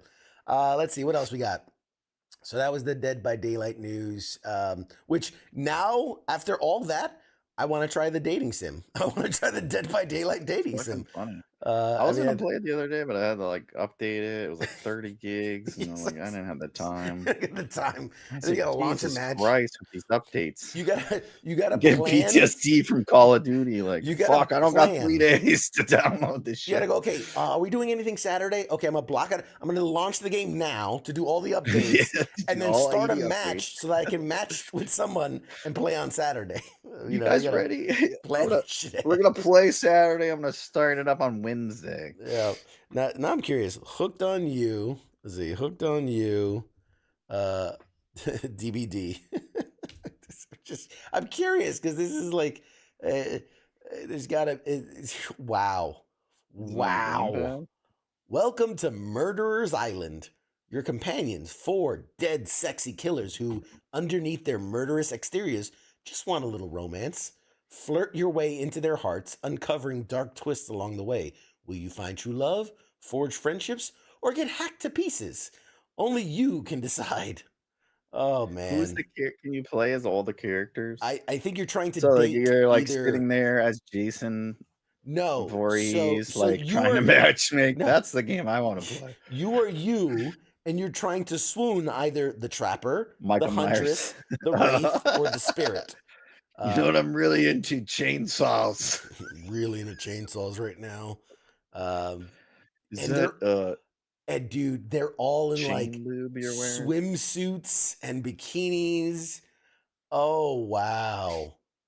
Oh wow. This is incredible. Get drawn into a choice-driven dating sim where your Dead by Daylight fantasies can finally come true.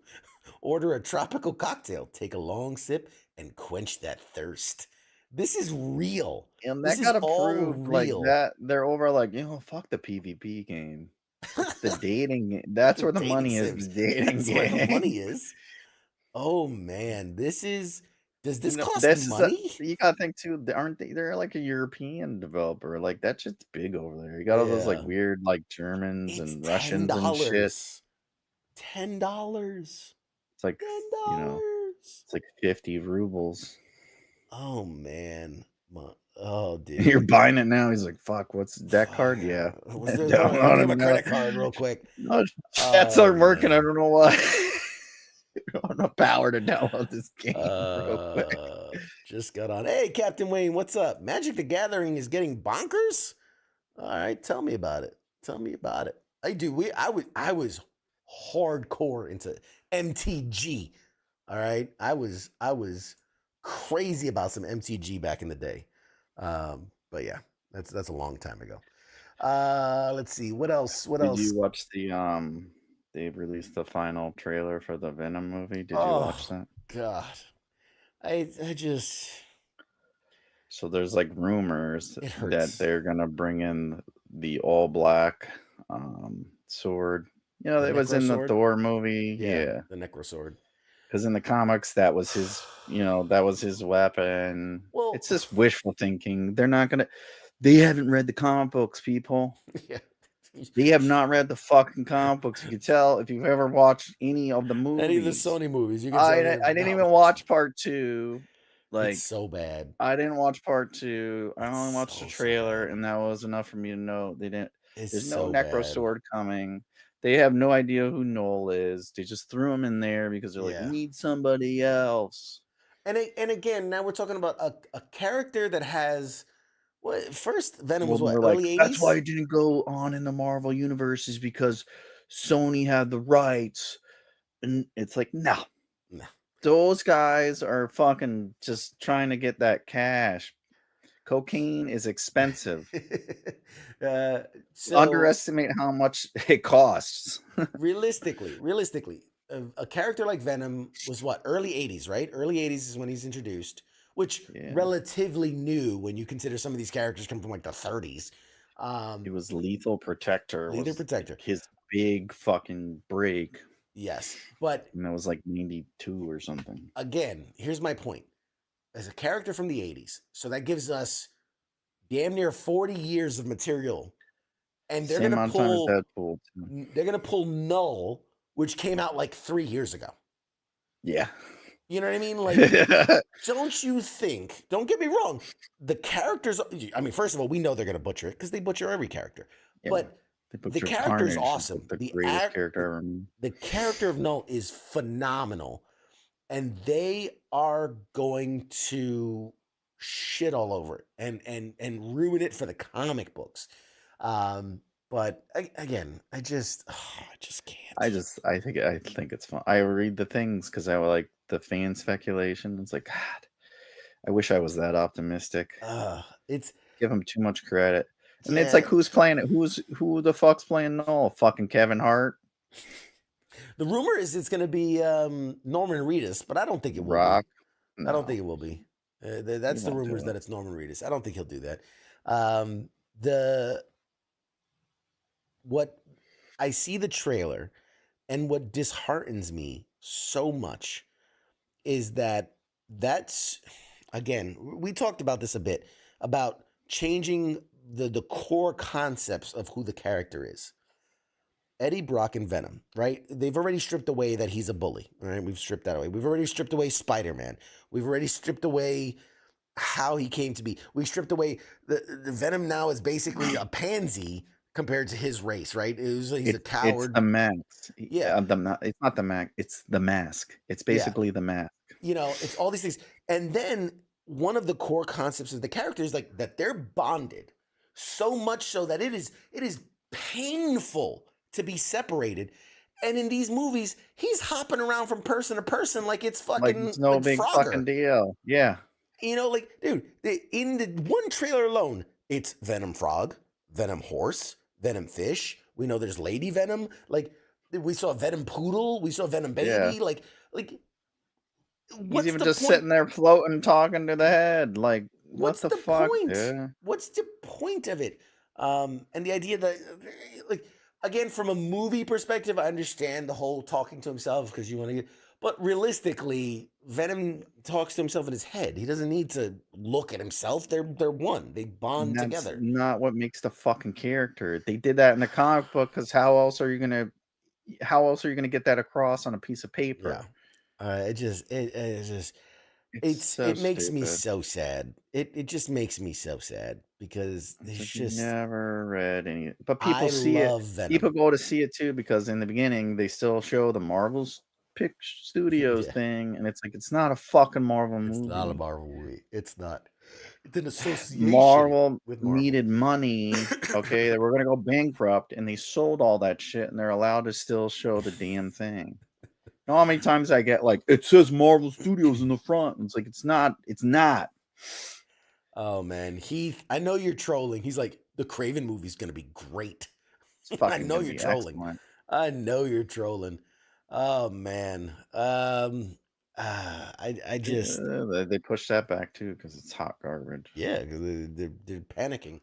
And speaking of pushback, I just heard that they pushed back again the Spider-Verse Part 3. They pushed it back again. There was a huge push, obviously, because of the whole writer strike and actor strike and voice actor strike and all that. So that was a normal push. But now they're pushing back again. So we're probably not going to see it till 2026 at this point. Such a shame. And again, if you make a great movie, fucking take as long as you want. I say take the Rockstar approach. It's not like filming. Like you could film a movie in 30 days. Yeah. It takes them 3 years to do like they call it animated, but it's all computer animation. But it still takes them 3 years to do one. When you learn like the behind the scenes of what they're doing, it makes sense of why. Because like I loved like in the first one, they were saying like character animation is done in so many stills, right? It's like 16 frames per second, whatever. They were shooting Miles' character in half the frames.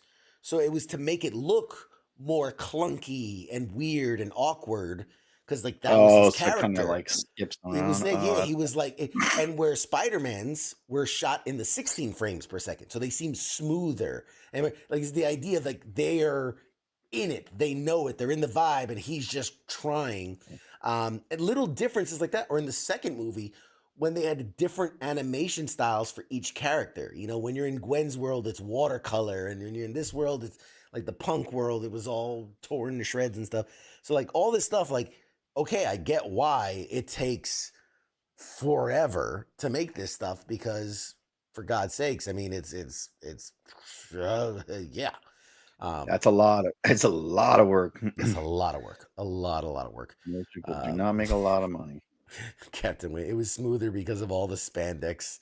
Yeah, clever. Oh, here's one I'm really excited about.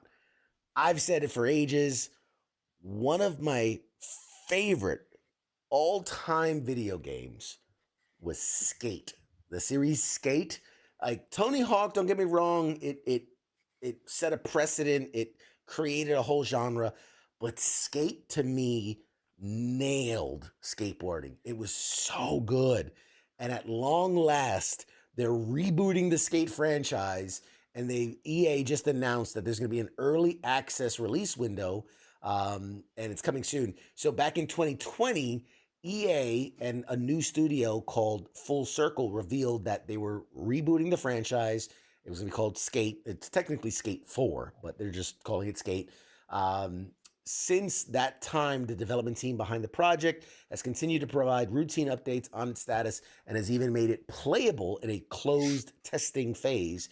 So now EA said it's ready to finally put it in front of users, in front of the light of day, some point in the coming year. It was announced on X today that EA revealed that Skate is set to launch fully in 2025, next year. So we're going to get Skate next year. This initial release will only be in early access, as Full Circle will then build out the rest of the Skate game by garnering feedback from the game's community. An early access launch is something that has been known about with Skate for years at this point, as Full Circle has made it apparent since the project's inception that it wants to create the title based on player feedback.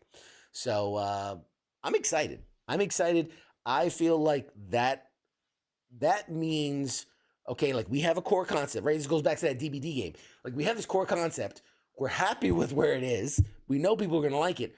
But before we build out the whole game, again, it comes back to that risk assessment. They're like, all right, before we spend $200 million finishing it to find out nobody wants to play it, let's put it in front of players. Let's see what they like. Let's see what they don't like.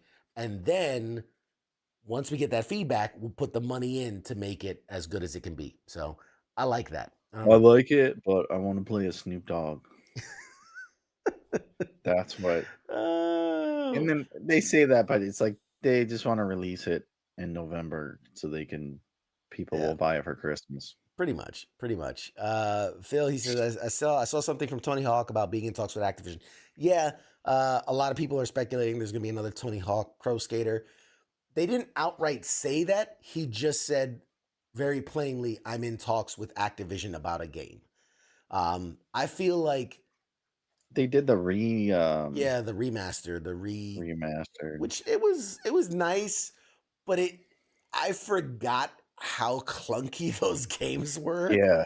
And man, they did not update the play. Like they didn't update they made a little bit sharper, and you're like, oh, I could kind of see what that is. Yeah. Like, oh, that's what that was this whole time. I couldn't tell back then. It's like you're still trying to do up, down, left, right on a joystick. It's real. It's tough. It was tough. I picked it up just for nostalgia.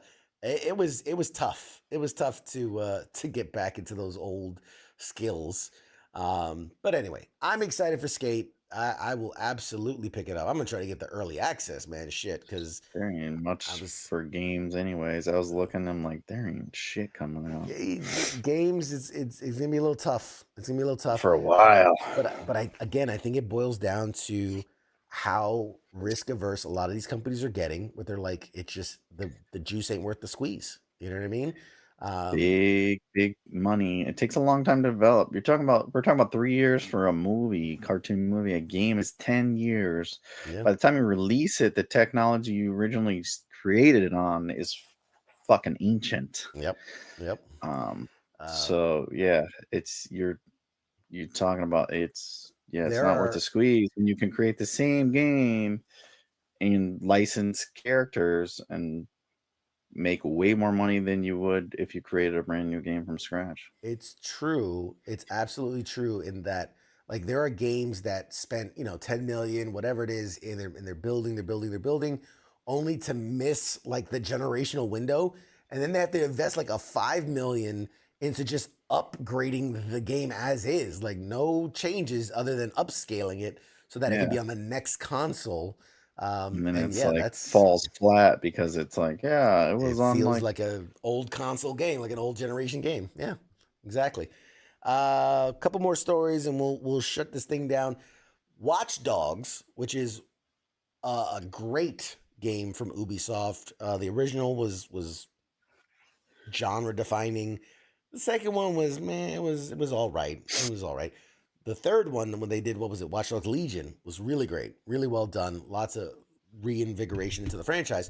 Well, a feature film adaptation, because what would he talk about?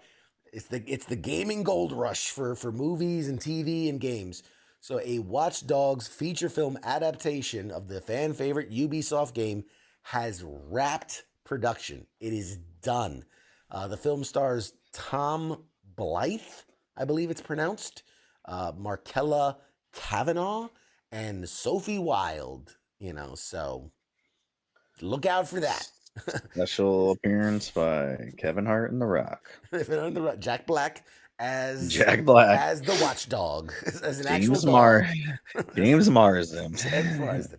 Now, this is a movie that has been in development since 2015. After Holy years, shit, really? Yes. So not active development in that it was like producing and shooting, but like it was in script writing, getting directors, getting people signed, losing people, getting more people, writing another script, yada yada yada. The movie has been trapped in development hell for years. It went into active production earlier this summer with filmmaker Matthew Turi.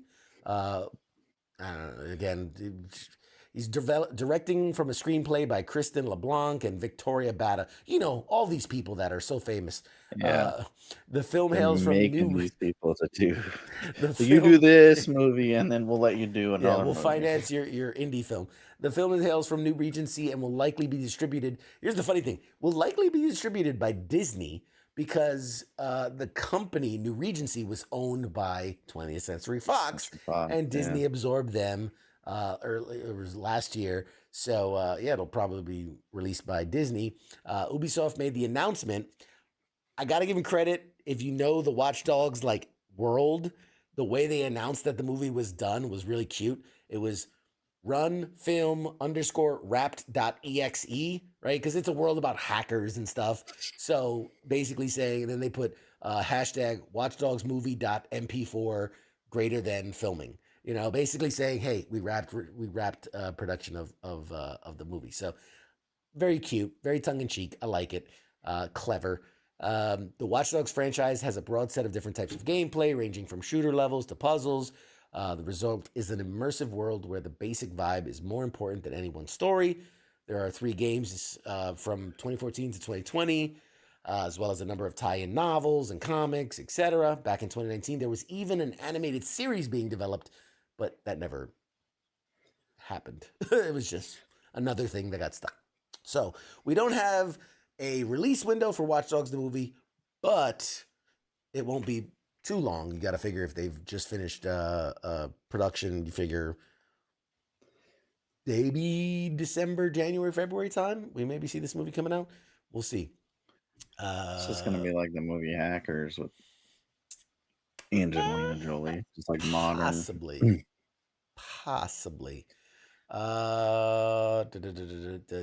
looking at, you guys are having some good chats in there. Appreciate y'all keeping the chats lively tonight. Love it. What else? Ready Player Did you One. see the guy from? He's one of the Marvel creators with Kevin Feige. He wants to create a comic. Did you see this? I don't think I did. So David Mazel, oh, I've never heard of him before this. He was one of the guys that worked on all the Marvel MCU stuff with Kevin Feige. He had a Kickstarter because he wants to create his own comic book, and then within like whatever the first day, he raised $100,000, and he only had a $50,000 goal. But it's a graphic novel that he's creating. It's called Ecos, I guess how you say it, EKOS. Ecos. I don't know. The cover. It looks like, kind of looks like a gargoyle. Here, let me send you this. You could like look at it or share it with everyone. It looks like a gargoyle though. Riveting show right here. Let me privately message this to you so we can have an insider conversation. And but yeah, I don't know. I thought it was cool. The Kickstarter stuff is always hit or miss. Yeah, I've invested in a few. You've invested in a Yep. few. Yep. A lot of it's crap. Yeah. But once in a while, wasn't the Keanu Reeves one? Wasn't that a Kickstarter? Berserker? It might have been. I can't remember. It might have been. I think it started and then someone picked it up. Yeah. Anyway. No, here's my thing. I am in the torn category. I say this a lot, but when it comes to Kickstarter, people have these great ideas. They put it out into the world. It picks traction. It gets paid, whatever. What bothers me are when these multi-millionaires are like, I got this podcast idea, and like, I just really what fucking put your own goddamn money. I didn't think of that too. Yeah, you produced whatever 15 Marvel movies as the executive producer, and you don't have $50K for a comic book you want to make. Like, I didn't think of that. That's probably hot garbage. I'm glad I didn't invest in that. He's like, you know what?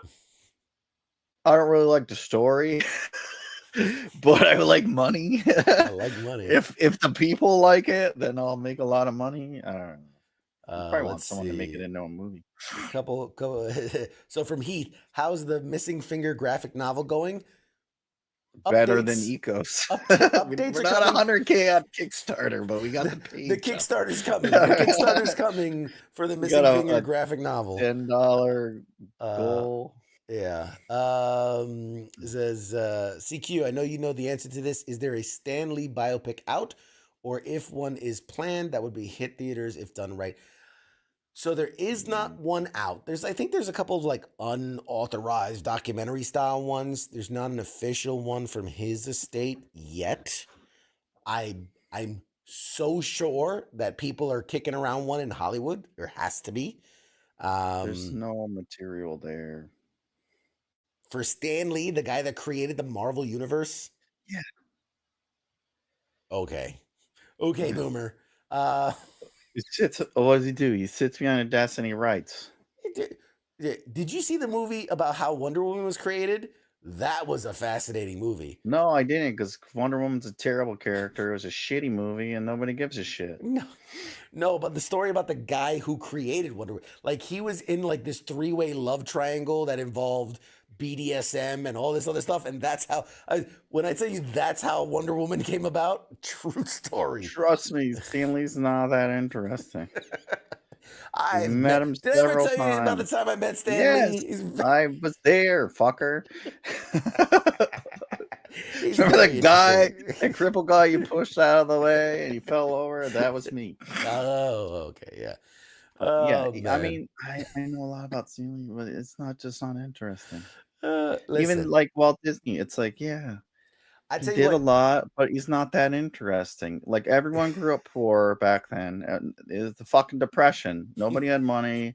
There's a war. Everyone dodged going to the war to write comic books and create movie studios. Stanley and then they made Stan Lee didn't make millions of dollars, but at least Mm, Disney did. yeah. So I it's mean, like, Marvel that's did. it. That's why he's going Uh, to Comic Cons until he's 88 years old. listen. Well, you There wouldn't see was Walt Disney at none, but he there don't was got a movie.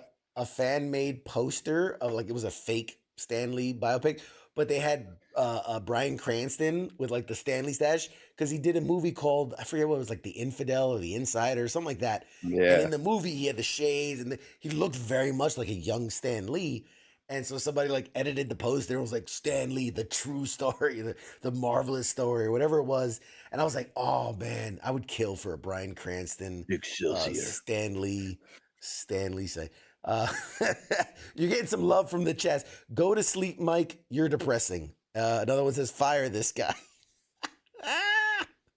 You guys are boring. It's going to be a boring movie, and you're going to be like, Hey. why is this a thing? All right, guys, let's kickstart the Stan Lee biopic. We produced by yours truly, CQ. WTF Nation Radio presents the true Stan Hey, Lee whatever story. happened to that movie? Oh, we're still working on it. How fucked up would it be like the true Stan Lee story, and it's just me retelling the times I met Stan Yeah. Lee. Nothing about his past, Maybe just the those times. studio almost went under. They had to sell it to Sony, and then they have him appear in the movies because he needed fucking money.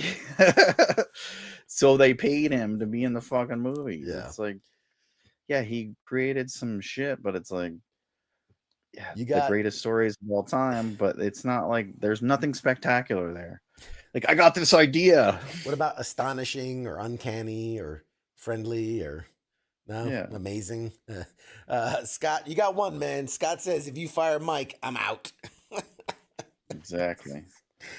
Mike's getting grumpy again. Stay Throw the strong. crayons. Oh my god! Just strike a genius. Oh, I'm gonna create a button that when I push it, it just throws crayons at you. Where it's like feed the Marine, and it's just gonna these crayons from this side of the screen, just gonna like bring, like just sprinkle, or it sprinkles from the top like a little thunderstorm of crayons. Yeah, That's better than a Stanley movie. like- He's a great guy. I'm not bashing him or anything. There's just no fucking material there for a movie. Okay, if you're into that, if you want a Stanley movie, check out the Minecraft movie. Just as interesting. Or Craven the Hunter. Oh God, you're awesome. Love it. It's like doing a CQ movie. He's got more material. At least his finger's interesting. All right, last story of the night, guys. The Last of Us, speaking of The Last of Us, wrapped up its filming for season 2. Yay! So the majority of the filming took place in Canada. With filming wrapped, The Last of Us season 2 can now concentrate on post-production. The first season of the HBO original series concluded back in March of 2023. Yes, it's been that long. We've had to wait for the Season return. 2 will be out in 2028. Gonna drop a solid 3, a nice long 3-episode season. Yeah, it is. I think they're only doing 6 episodes, 6 or 7 episodes for season 2. That's the HBO format. They're ruining everything. Joel and Ellie, lots of stuff. It's just filler. Yeah, it's just a lot of words. But We yeah, watched, we've been rewatching Monk or whatever. Monk. Oh, it's classic. Yeah. And there's not a lot going on. There's not a lot to watch, folks. It's a long summer. Yeah, it's a long dark summer. A long dry service, summer. too. But my kids are like, why is there 20 episodes in a season of Monk? But then because Agatha's coming out, and my wife's like, Agatha's coming out, and it's like, it's only 6 episodes, and like, what? How do they do a season of 20 episodes of Monk and only 6 of Agatha? And I was like, because all the actors in Monk were that's when they used to work hard. Yeah, they used to work hard. HBO ruined it with fucking Game of Thrones. Well, that's what started that shit, because it costs so much money and takes so much time to film that series. If you want to be honest, the reason it's different is because back then companies could pay peanuts for a room full of 80 writers and have them hammering out episodes daily. They paid their actors peanuts. They didn't have to pay residuals and all these things. Yeah, they And didn't have to pay now women. Like the women worked for free. Like they were doing craft sweet services afterwards. equal rights. The minute you give these people rights, everything costs more. You get less episodes. You want That's fair just the way it is. wages. That is true. Yeah, That's a lot. They're like, I'm contractually obligated to pay Monk. That's why you haven't seen the Tony Schlob. I don't know what to say his last name. Schloob. You haven't seen him in shit outside of Monk in 50 years. It's because like that's dude, his contract said that's the only role he'll ever play for the rest of his life. Did you see? He won a bunch of awards for. He was in the Marvelous Miss Maisel. He was the father of. And he won a ton of awards for that. I think he's a great actor. I still love him in fucking what's the space one? The parody of Star Trek. With Tim Allen. Fuck, what's it called? Galaxy Quest. Galaxy Quest. Yes. Great underrated movie. That was a really great movie. Really great movie. Yeah. My wife was actually she never seen Monk. I used to watch it on TV. Yeah. That's so fucking old. But she was watching that Miss Maisel show or whatever, and he was on there. I was like, oh, it's fucking Monk. And she kind of like and I kept saying it every time he came on, and then she finally like, who's Monk? I was like, let me enlighten you. Let's subscribe. Man. We got a free Peacock subscription for having T-Mobile. We have all 18 seasons. I don't know how many seasons. Jesus Christ. There's a lot of seasons. Okay. Anyways. Actually, I lied. There's a couple quick more hits I want to hit real quick before we wrap up shop. Screen Rant, very popular site, just put out its 10 best Prime Video TV shows of 2024. And I know we always talk about how good Prime is. So I wanted to see how we rank their ranking of the 10 best Prime Video TV shows of 2024. So to be in this list, only their show. Okay, go ahead. Sorry. To be in this list, it has to be a Prime Video TV show, and it has to have had a season air during 2024. So, like, there's great shows on there that aren't recognized because they didn't have an episode in 2024. So, number 10 is Expats. Never heard of it. I think it's like Nicole Kidman in some period drama thing. That's what I was gonna say. I know of two. I got two shows. You'll recognize more than you think. Number 9 was Outer Range. Again, never heard of it. Never heard of it. Oh, that's a great fucking show. I've been watching that. I heard good things. Like I got curious about it, so I read it. It's only got like 2 seasons. Only got 2 seasons, but apparently is pretty good. Josh Brolin is fucking American hero. Yes. Reacher. Gotta love Reacher. That's we know. Oh yeah, that's right. That was in Amazon Prime. I forgot about that. So that's number 8. Number 7 is a period piece called My Lady Jane. Again, I don't know. Apparently it's pretty good. Number 6, this surprised me how low it's on the list. The Boys. They got The Boys as number 6. This is people didn't like certain things. Certain parts season. of it, yes. Yeah. Horror show Them is number 5. Apparently some type of horror show. Number 4, The Lord of the Rings, Rings of Power. I haven't watched that. Have you watched that? I haven't. I've never been a big Lord of the Rings guy. I put on episode 1 and I fell asleep like within 2 minutes. That doesn't surprise me. It was like the intro and then I was out and I never. It's like I watched them. I've read the Hobbit, which is all right. Everyone like, oh, this is great. But then I watched the movies. It's like it's just so boring. Was it Kevin Smith in one of his movies? The guy did a big. They're just walking. They're just walking the whole time for fucking three years. The top three. Number 3, Invincible. I mean, I think we can all agree Invincible's great. No argument there. They also just follow the comic, which is great. Just animate the comic book, exactly. Number 2, who knew?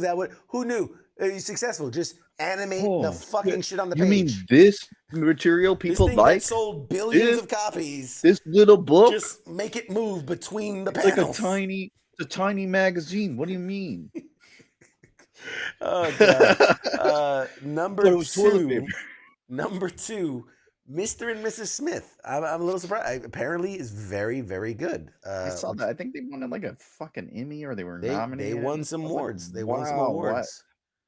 Didn't Apparently, it's very good. didn't It's know on my about. to watch list. Didn't It's care on to my watch watch to it. watch. It's on my watch to I watch list. wasn't I'm gonna really a watch it. big fan of the movie. Number one for 2024. Couldn't agree more, and probably one of my top in the last 5-10 years. Fallout. Fallout. Fallout. Yeah. It's got to be Fallout. Fallout was so fucking good. It's so clear it's made by somebody who actually knows the fucking material, and people that were excited about the material. Fucking love it. Give it all Imagine the that awards. you go like all those shows where they follow the material. Shocking. No clue how they're Shocking. successful though. I don't understand the success of that. Let's see. And the last thing to close this out, it is that time of the year as we are gearing up for the next season, the coming fall season of TV, what we've all been waiting for. It's also time to say goodbye to some things because with the coming of the new is the going of the old. So the axe has fallen on numerous broadcast television and streaming shows this year, including, but not limited to, action fantasy American born Chinese, which was canceled at Disney Plus after just one season.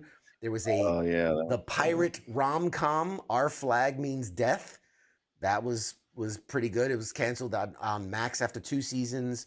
The musical comedy Schmageddon was canceled by Apple TV after 2 seasons, despite they had paid them to write season 3. I guess they just didn't like how it came out, and so they cut it.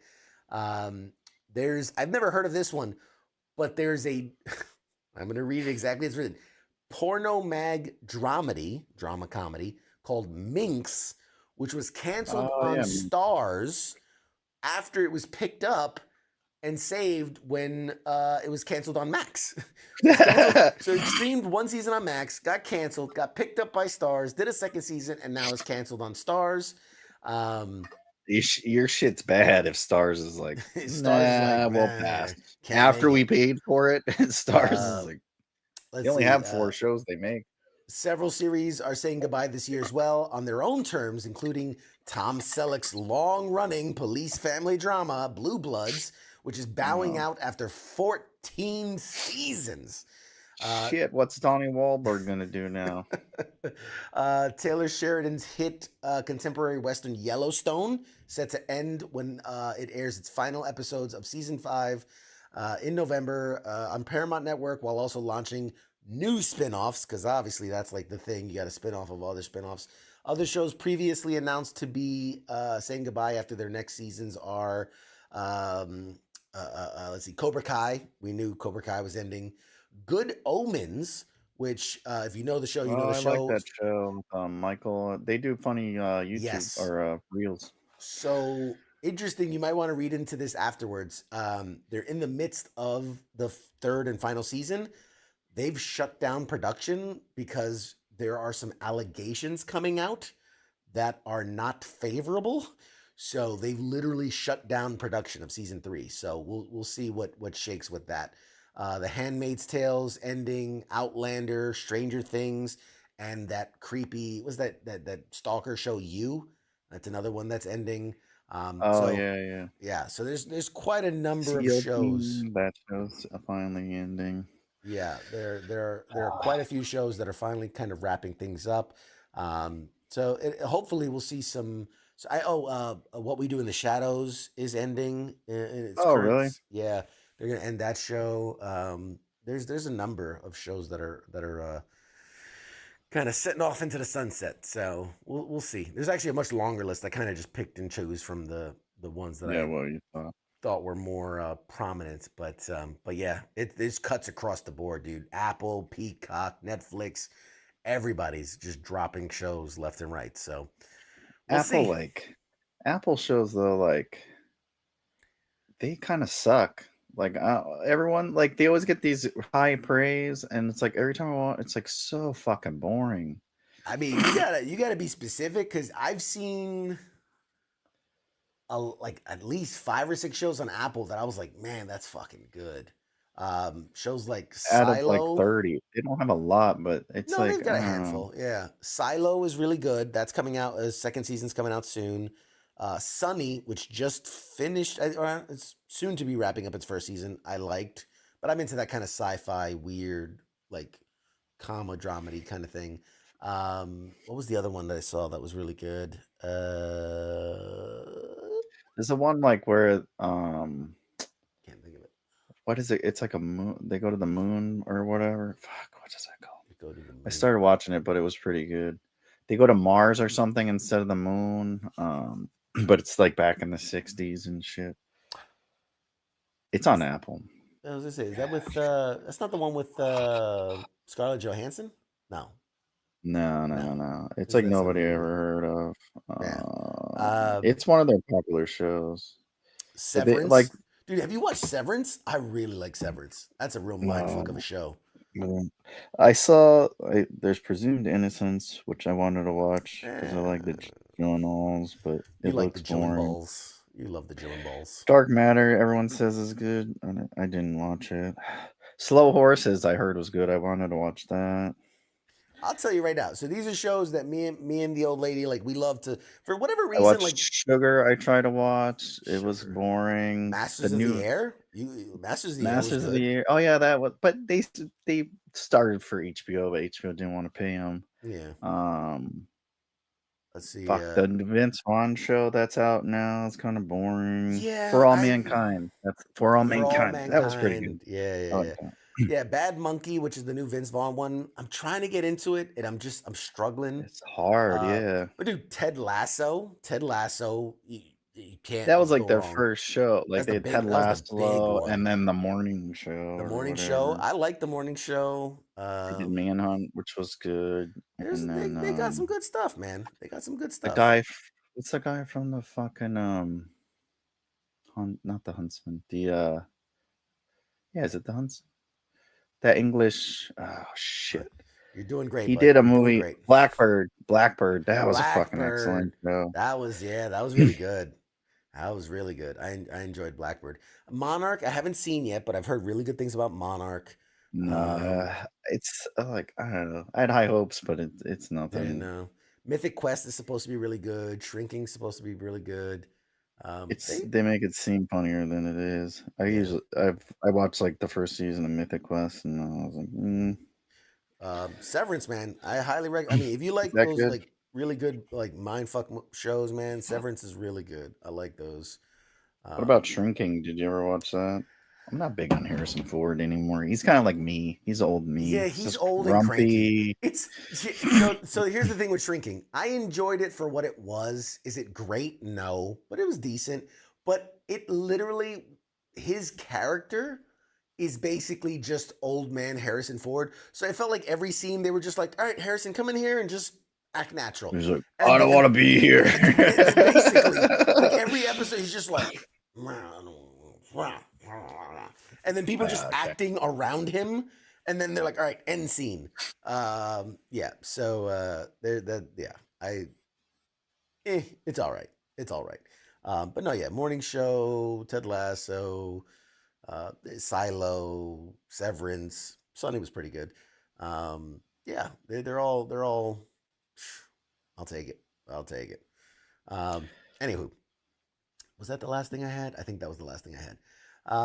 Yes. Let's check in on the chats. You guys are was it Jesus Aliens? Fallout was kick-ass, plus Jenna Ortega is a smoke show. I'm not sure why those two things are connected, but agreed on both.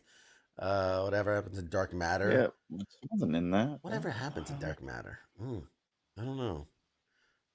Day one on the Quiet I think they Place canceled that too. Apollo 18, Gunpowder Milkshake was fun. Okay. Anna. I've heard really good things about Anna. Yeah. I think I watched part of it and I never got back to it. I watch a lot of things and I don't go back to them. Classic. They got that Brad Pitt and George Clooney thing coming out soon as a movie called Wolves. That's supposed to be good. Have you seen the trailer for it?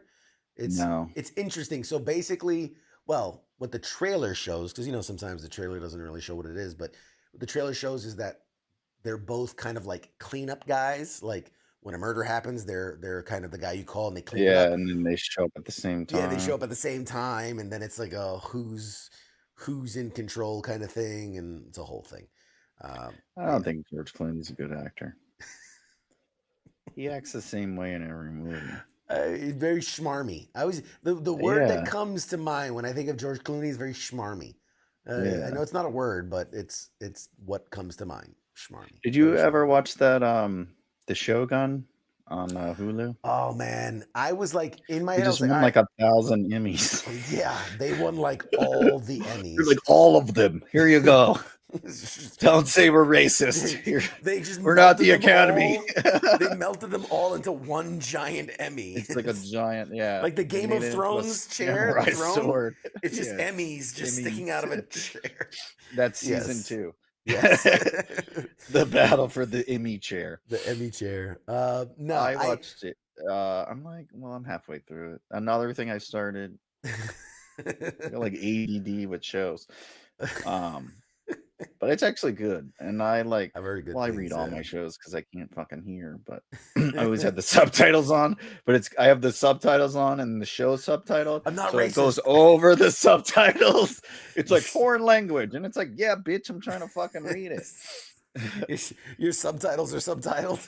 Yeah, like that's what See I always hate. subtitles It's like, above. why is the fucking closed captioning over the subtitles in the show? Like, just don't show anything. Oh, that's But funny. it's actually really well done, and they spent like a whole fuck ton of money on it, and they didn't think it was gonna I be mean, any they had to good. thought it was gonna be something if they spent all the money on it. And they're gonna do season 2 now because Oh it yeah, made a fuck absolutely, ton of money and won a bunch of absolutely. awards. Um, But it's good. You should check it out yeah. before all the good shows start. Yeah. No, I had always intended to. I was like, oh, you know what? I'll wait for them. I'll wait. I like to binge the show, so I'll wait till they all come out, and then just other shit came in. But no, I do want to see that. The Irishman. Yep, I've heard good things about that. Uh, Isn't that a movie with Colin Farrell? I don't know. I know there was a show called The Irishman. Oh, there Um, was. I never heard of I was that. just say, news just broke not too long ago. The Pokemon Company won its lawsuit over Pocket Monster, which was a turn-based role-playing mobile game alleged to include characters from them. They won $15 million copyright lawsuit. Yeah, because Pokemon needed more money. Yeah. They needed $15 million. Like Pokemon makes $15 million an hour, Yeah. just I was releasing gonna say, shit.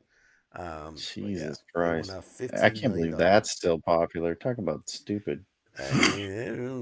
Money, money, money, money, money, money. Anyway, all right, ladies and gentlemen, we have been jabbering on here for 2+ hours of all the happenings and what's going on in pop culture.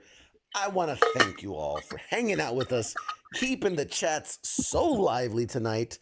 There was a quick question. Change the topic. Do you think they're ever going to bring back SSX? That's the snowboarding game. Snowboarding They one, yeah. they did like a reboot not too It long was ago. yeah, what was it called? It was pretty similar. I think we played it for a little Yeah, bit. a little bit. Uh, It was like they rebranded it ah, and brought it back and it wasn't up as big. It was like when Rock Band came back. Like people thought it was going to be like the next big thing, and then it just kind of fizzled out as these things those do. things go like that game was popular because that was like when the X Games and shit Yeah, came out and they yeah, had Shaun White and all those fuckers. yeah. It's not gonna come back. It probably not.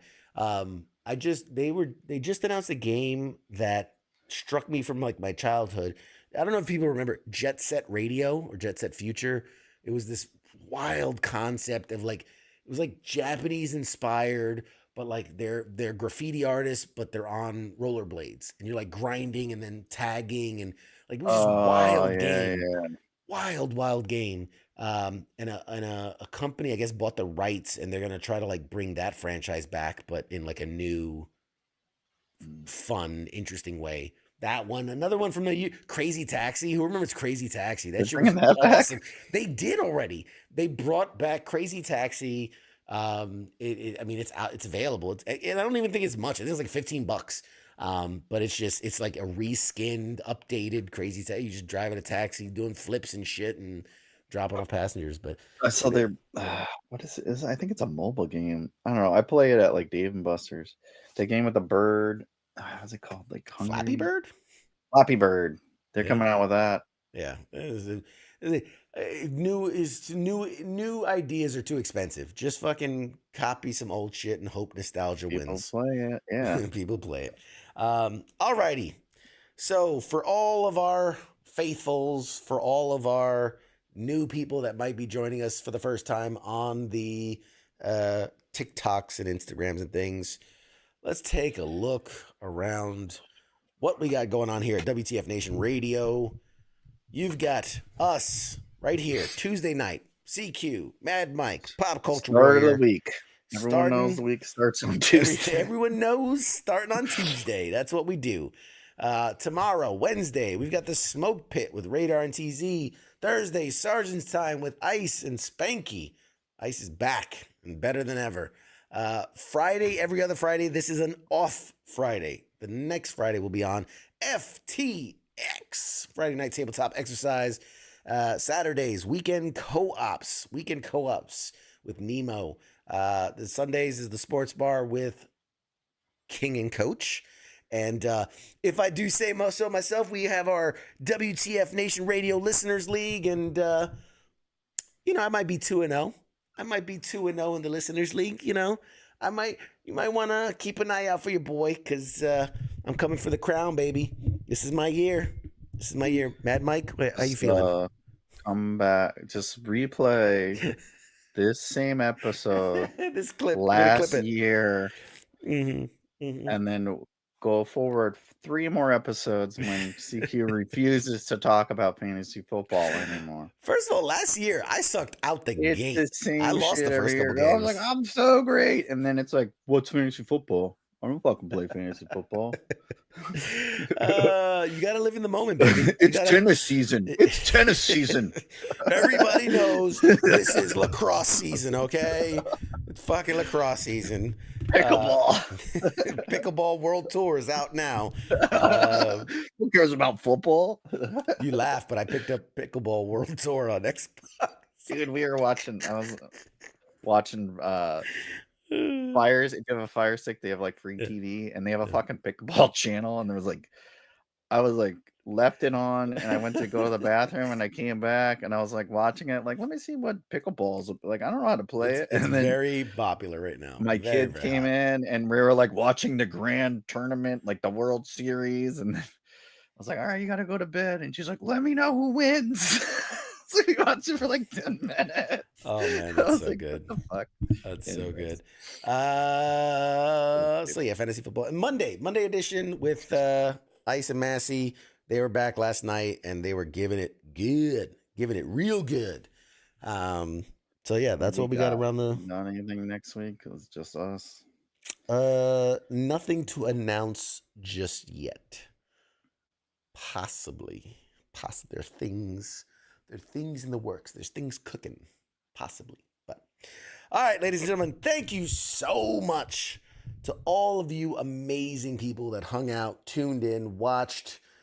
I love you all. You guys are great. You're the best. And you're really, really good. You're the best fans. You're the greatest best fans. Viewers, listeners, the all greatest across fans the internet of all time. Really, really good. You're welcome. Appreciate it if you don't shoot at me anymore. I served all the world's problems. I saved everyone. You're welcome. It was all me. I'm the greatest. I'm your host, CQ. He's a nobody. He doesn't matter. They call him Mad Mike. But he's a really, really good guy, but he doesn't matter. Doesn't matter. He's Mad Mike. God, I really got to work on my Trump impression. All right. Really. We don't do impressions. It's not we're fucking here. You get what you get. You get what you get. You get exactly what you paid for. And if you want refunds, just line up around the block. We'll get the joke. It doesn't matter. We don't have to church it up for him. Get the base, bottom of the barrel. That's what we give you here. Oh, God. Love it. All right, guys. Hey, this has been fun as always. Thank you to Mad Mike who joined us tonight whenever he fucking feels like it. Thank you to in the contract. Thank you to none of our guests who came on tonight and all the people that will never be on this show. Welcome TikToks. Welcome to the TikTok. Shout out the TikToks. A lot of people joined and said hey in there, man. I appreciate y'all. Same with the Instagram folks. We're always evolving. We're growing. We're trying new things. Next? Someone else develop another social media thing, and we'll be there too. Next week on Grindr, live on Grindr. This isn't what I signed up for. Although we probably do good on Grindr, honestly. I mean, The people on TikTok are like, well, they were talking about stretching buttholes in the first. They thought they were muted, and they were talking about stretching buttholes. I just imagine us on Feed Finder, and it's just like it's like my foot and your foot having this we have conversation. So what you think about cameras it? under our desks? Like you got your Feet Finder camera on? Yep, It's like, I think I can set that up and put a camera right here and just point it at my feet. Why are they always shaking? Like, I don't know. Because we're making our feet talk. You're so stupid. All right, guys. This is our show, ladies and gentlemen. This is what you get. You get exactly what you paid for. This is you know what you signed up when you clicked. When you clicked on the link all day long. This isn't for the show. This is just us all day, every day. We just happen to do it on camera once in a while. It's lightly filtered. Awesome, guys. Hey, thank you so much for tuning in. We'll see you guys next week. Shots.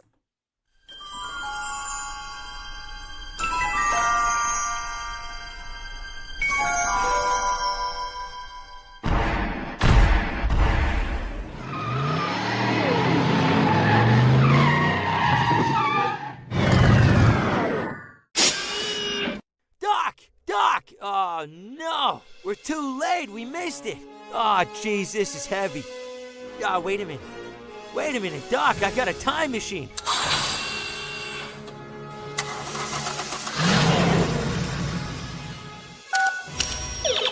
I'm just gonna punch in the coordinates. Pop Culture Warrior, Tuesday night, 8 p.m. Eastern Standard Time on WTF Nation Radio. Now crank this bad boy up to 88 miles per hour.